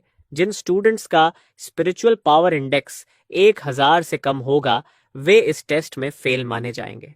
उसी समय लुजिनगोंग पूरे आत्मविश्वास के साथ टेस्ट स्टेले के पास गया और अपना हाथ उस पर रख दिया। तुरंत घोषणा हुई, कैंडिडेट लुजोंग SSS rank talent spiritual power index 4216। यह सुनते ही कई एग्जामिनर्स चौंक गए। 4000 से ज्यादा? इसने तो पिछले सभी सालों का रिकॉर्ड तोड़ दिया। दूसरे एग्जामिनर ने कहा, सही कहा, पिछला रिकॉर्ड 10 साल पहले बना था। एक एसएस रैंक टैलेंट वाले कैंडिडेट ने बनाया था और उसका इंडेक्स मुश्किल से 3000 के थोड़ा ऊपर था। सभी एग्जामिनर्स लुजिंगोंग की परफॉर्मेंस देखकर हैरान थे, लेकिन उसी समय एक और रिजल्ट सामने आया जिसने उनकी आंखें और भी ज्यादा खोल दी। कैंडिडेट लिमोरान F rank talent spiritual power index 12678। 12000 से ज्यादा? एग्जामिनर्स को अपनी आंखों पर यकीन ही नहीं हो रहा था, क्योंकि स्पिरिचुअल पावर इंडेक्स 10,000 से ऊपर का स्कोर आमतौर पर तभी मिलता है जब समंड बीस्ट मैच्योरिटी फेज में पहुंच चुकी हो। एक एग्जामिनर घबराकर बोला, यह असंभव है। 10,000 से ऊपर का इंडेक्स, इतिहास में ऐसा कभी नहीं हुआ। क्या टेस्ट स्टेले खराब हो सकती है? जेंग ने भौहें सिकोड़ते हुए पूछा। उसने खुद जाकर ध्यान से जांच की और फिर राहत की सांस ली। हाँ, सच में इसमें खराबी है। एक दूसरी टेस्ट स्टेले लाओ और उससे दोबारा टेस्ट करवाओ। यह सुनते ही बाकी एग्जामिनर्स के चेहरे भी थोड़ा शांत हो गए।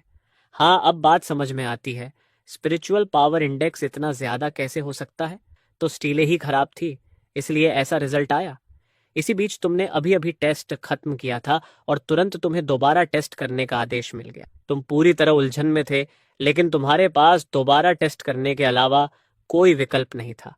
घोषणा फिर हुई, कैंडिडेट लिमोरन F rank talent spiritual power index 18,765। 18,000! ये देखकर एग्जामिनर्स अपनी सीटों से लगभग उछल पड़े। वे रिजल्ट को घूरते रह गए। किसी को अपनी आंखों पर यकीन ही नहीं हो रहा था। जेंग ने तुरंत टेस्ट स्टेले को फिर से जांचा, लेकिन इस बार रिजल्ट साफ बता रहा था कि सब कुछ बिल्कुल सही काम कर रहा है। स्टेले खराब नहीं थी, इसका मतलब रिजल्ट सच था। यह कैसे संभव है?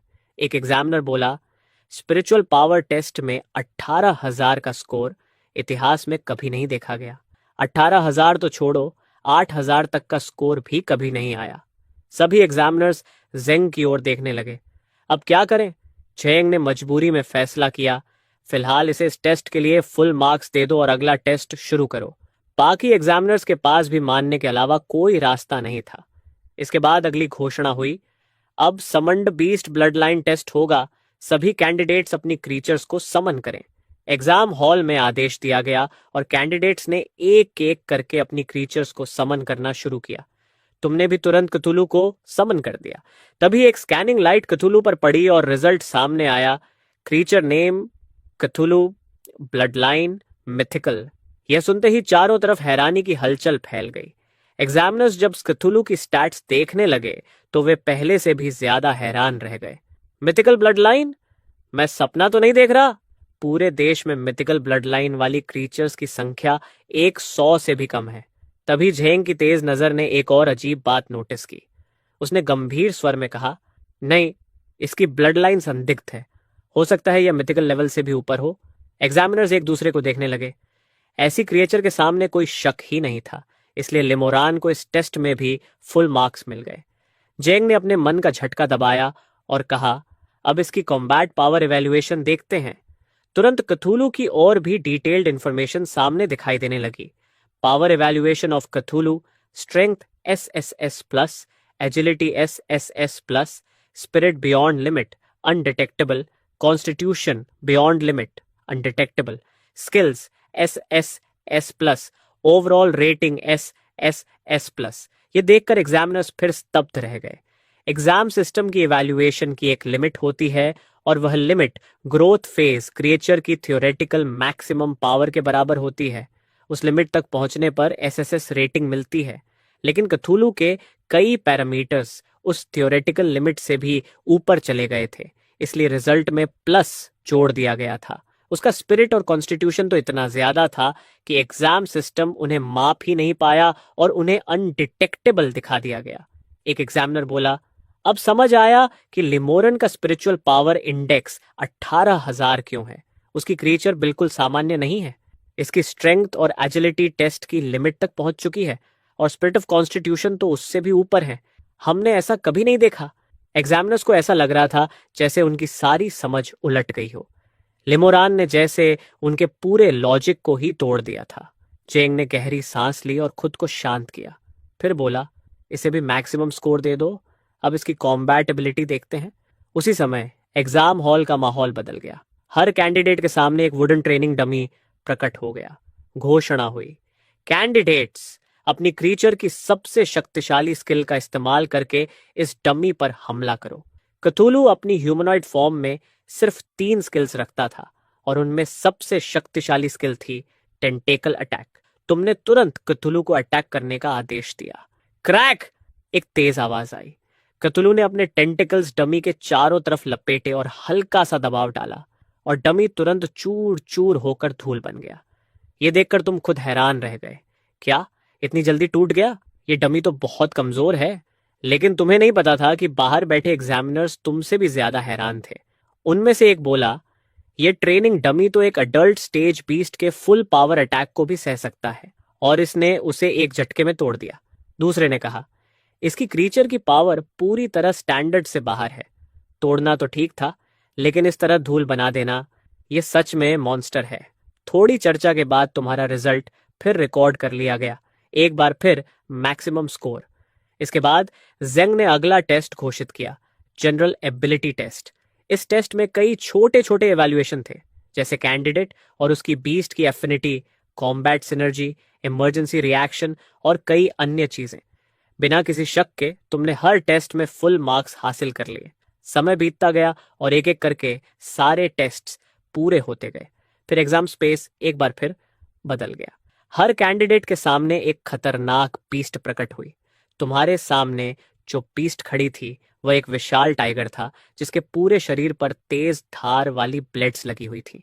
जब वह गुस्से में आता तो उसके शरीर की ब्लेड्स चमकने लगती थीं और वह बेहद खतरनाक दिखता था। तुमने उसे तुरंत पहचान लिया, यह ब्लेड टाइगर है। सुना है कि यह बीस्ट पैदा होते ही कम से कम लेवल 20 की होती है।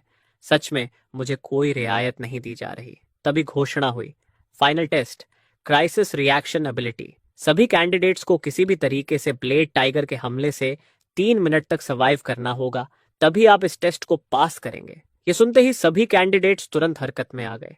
उनके सामने खड़ा ब्लेड टाइगर बहुत शक्तिशाली था और साफ दिखाई दे रहा था कि उसे जानबूझकर कैंडिडेट्स की बीस्ट्स से ज्यादा ताकतवर चुना गया है। इस टेस्ट का असली उद्देश्य यह देखना था कि कैंडिडेट्स ऐसे दुश्मन का सामना कैसे करते हैं जिसे वे सीधे हराने की ताकत नहीं रखते। तुम भी तुरंत एक्शन में आ गए। एक पल में ही कथुलू के टेंटिकल्स बिजली की तरह आगे बढ़े और सीधे ब्लेड टाइगर को भेदते हुए निकल गए। ब्लेड टाइगर को हमला करने का मौका भी नहीं मिला और अगले ही पल वह कथुलू के वार से टुकड़ों में बिखर गया। सब कुछ एक ही झटके में खत्म हो गया। बाहर ये दृश्य देख रहे एग्जामिनर्स पूरी तरह स्तब्ध रह गए। उनमें से एक हकलाते हुए बोला, वह सच में ब्लेड टाइगर को मार गया। जिस टाइगर को उसे दिया गया था वह तो लेवल 25 का था। एक एग्जामिनर ने घबराकर पूछा, प्रोफेसर जेंग, अब इसे कैसे स्कोर दें? जेंग ने बेबस होकर कहा, इसे भी मैक्सिमम स्कोर दे दो। मुझे लगता है इसकी रिएक्शन एबिलिटी को टेस्ट करना ही असंभव है। बाकी एग्जामिनर्स ने भी यह सुनकर लाचार सा चेहरा बना लिया। उनके पास भी कोई दूसरा रास्ता नहीं था। थोड़ी देर बाद उनमें से एक बोला, अब सिर्फ आखिरी टेस्ट बचा है, थ्योरेटिकल एग्जाम, सही? दूसरे ने कहा, हाँ, लेकिन मुझे लगता है इसमें भी यह मैक्सिमम स्कोर ही ले आएगा। यह सुनकर एक एग्जामिनर थोड़ा शक में पड़ गया। मैक्सिमम स्कोर थ्योरेटिकल टेस्ट में? इसके लिए बीस्ट्स के बारे में बेहद गहरी नॉलेज चाहिए। आमतौर पर तो इसमें फुल मार्क्स मिलना बहुत ही दुर्लभ होता है। जेंग ने सिर हिलाया और शांत स्वर में कहा, एक बात है जो तुम लोग नहीं जानते, इन 3 सालों में यह छात्र हमेशा थ्योरेटिकल एग्जाम्स में फर्स्ट आया है, और हर बार फुल मार्क्स के साथ। वह आगे बोला, बाकी टेस्ट्स को इसने जितनी आसानी से पास किया है, उसे देखकर धोखा मत खाना। थ्योरेटिकल एग्जाम असल में इसकी सबसे बड़ी ताकत है। यह सुनकर बाकी एग्जामिनर्स और भी ज्यादा हैरान रह गए, और उनके मन में तुम्हारे लिए सम्मान और बढ़ गया। इतनी भयानक ताकत रखने वाला कैंडिडेट और साथ ही इतनी गहरी थ्योरेटिकल नॉलेज, ऐसा कॉम्बिनेशन बेहद दुर्लभ होता है। उनमें से एक धीरे से बोला, लगता है इस साल ईजन एकेडमी इसे जरूर अपने यहाँ ले जाएगी। दूसरा एग्जामिनर बोला, सिर्फ आइजन एकेडमी ही क्यों, अगर ये इसी तरह प्रदर्शन करता रहा तो ये इस साल का नेशनल टॉप कैंडिडेट भी बन सकता है।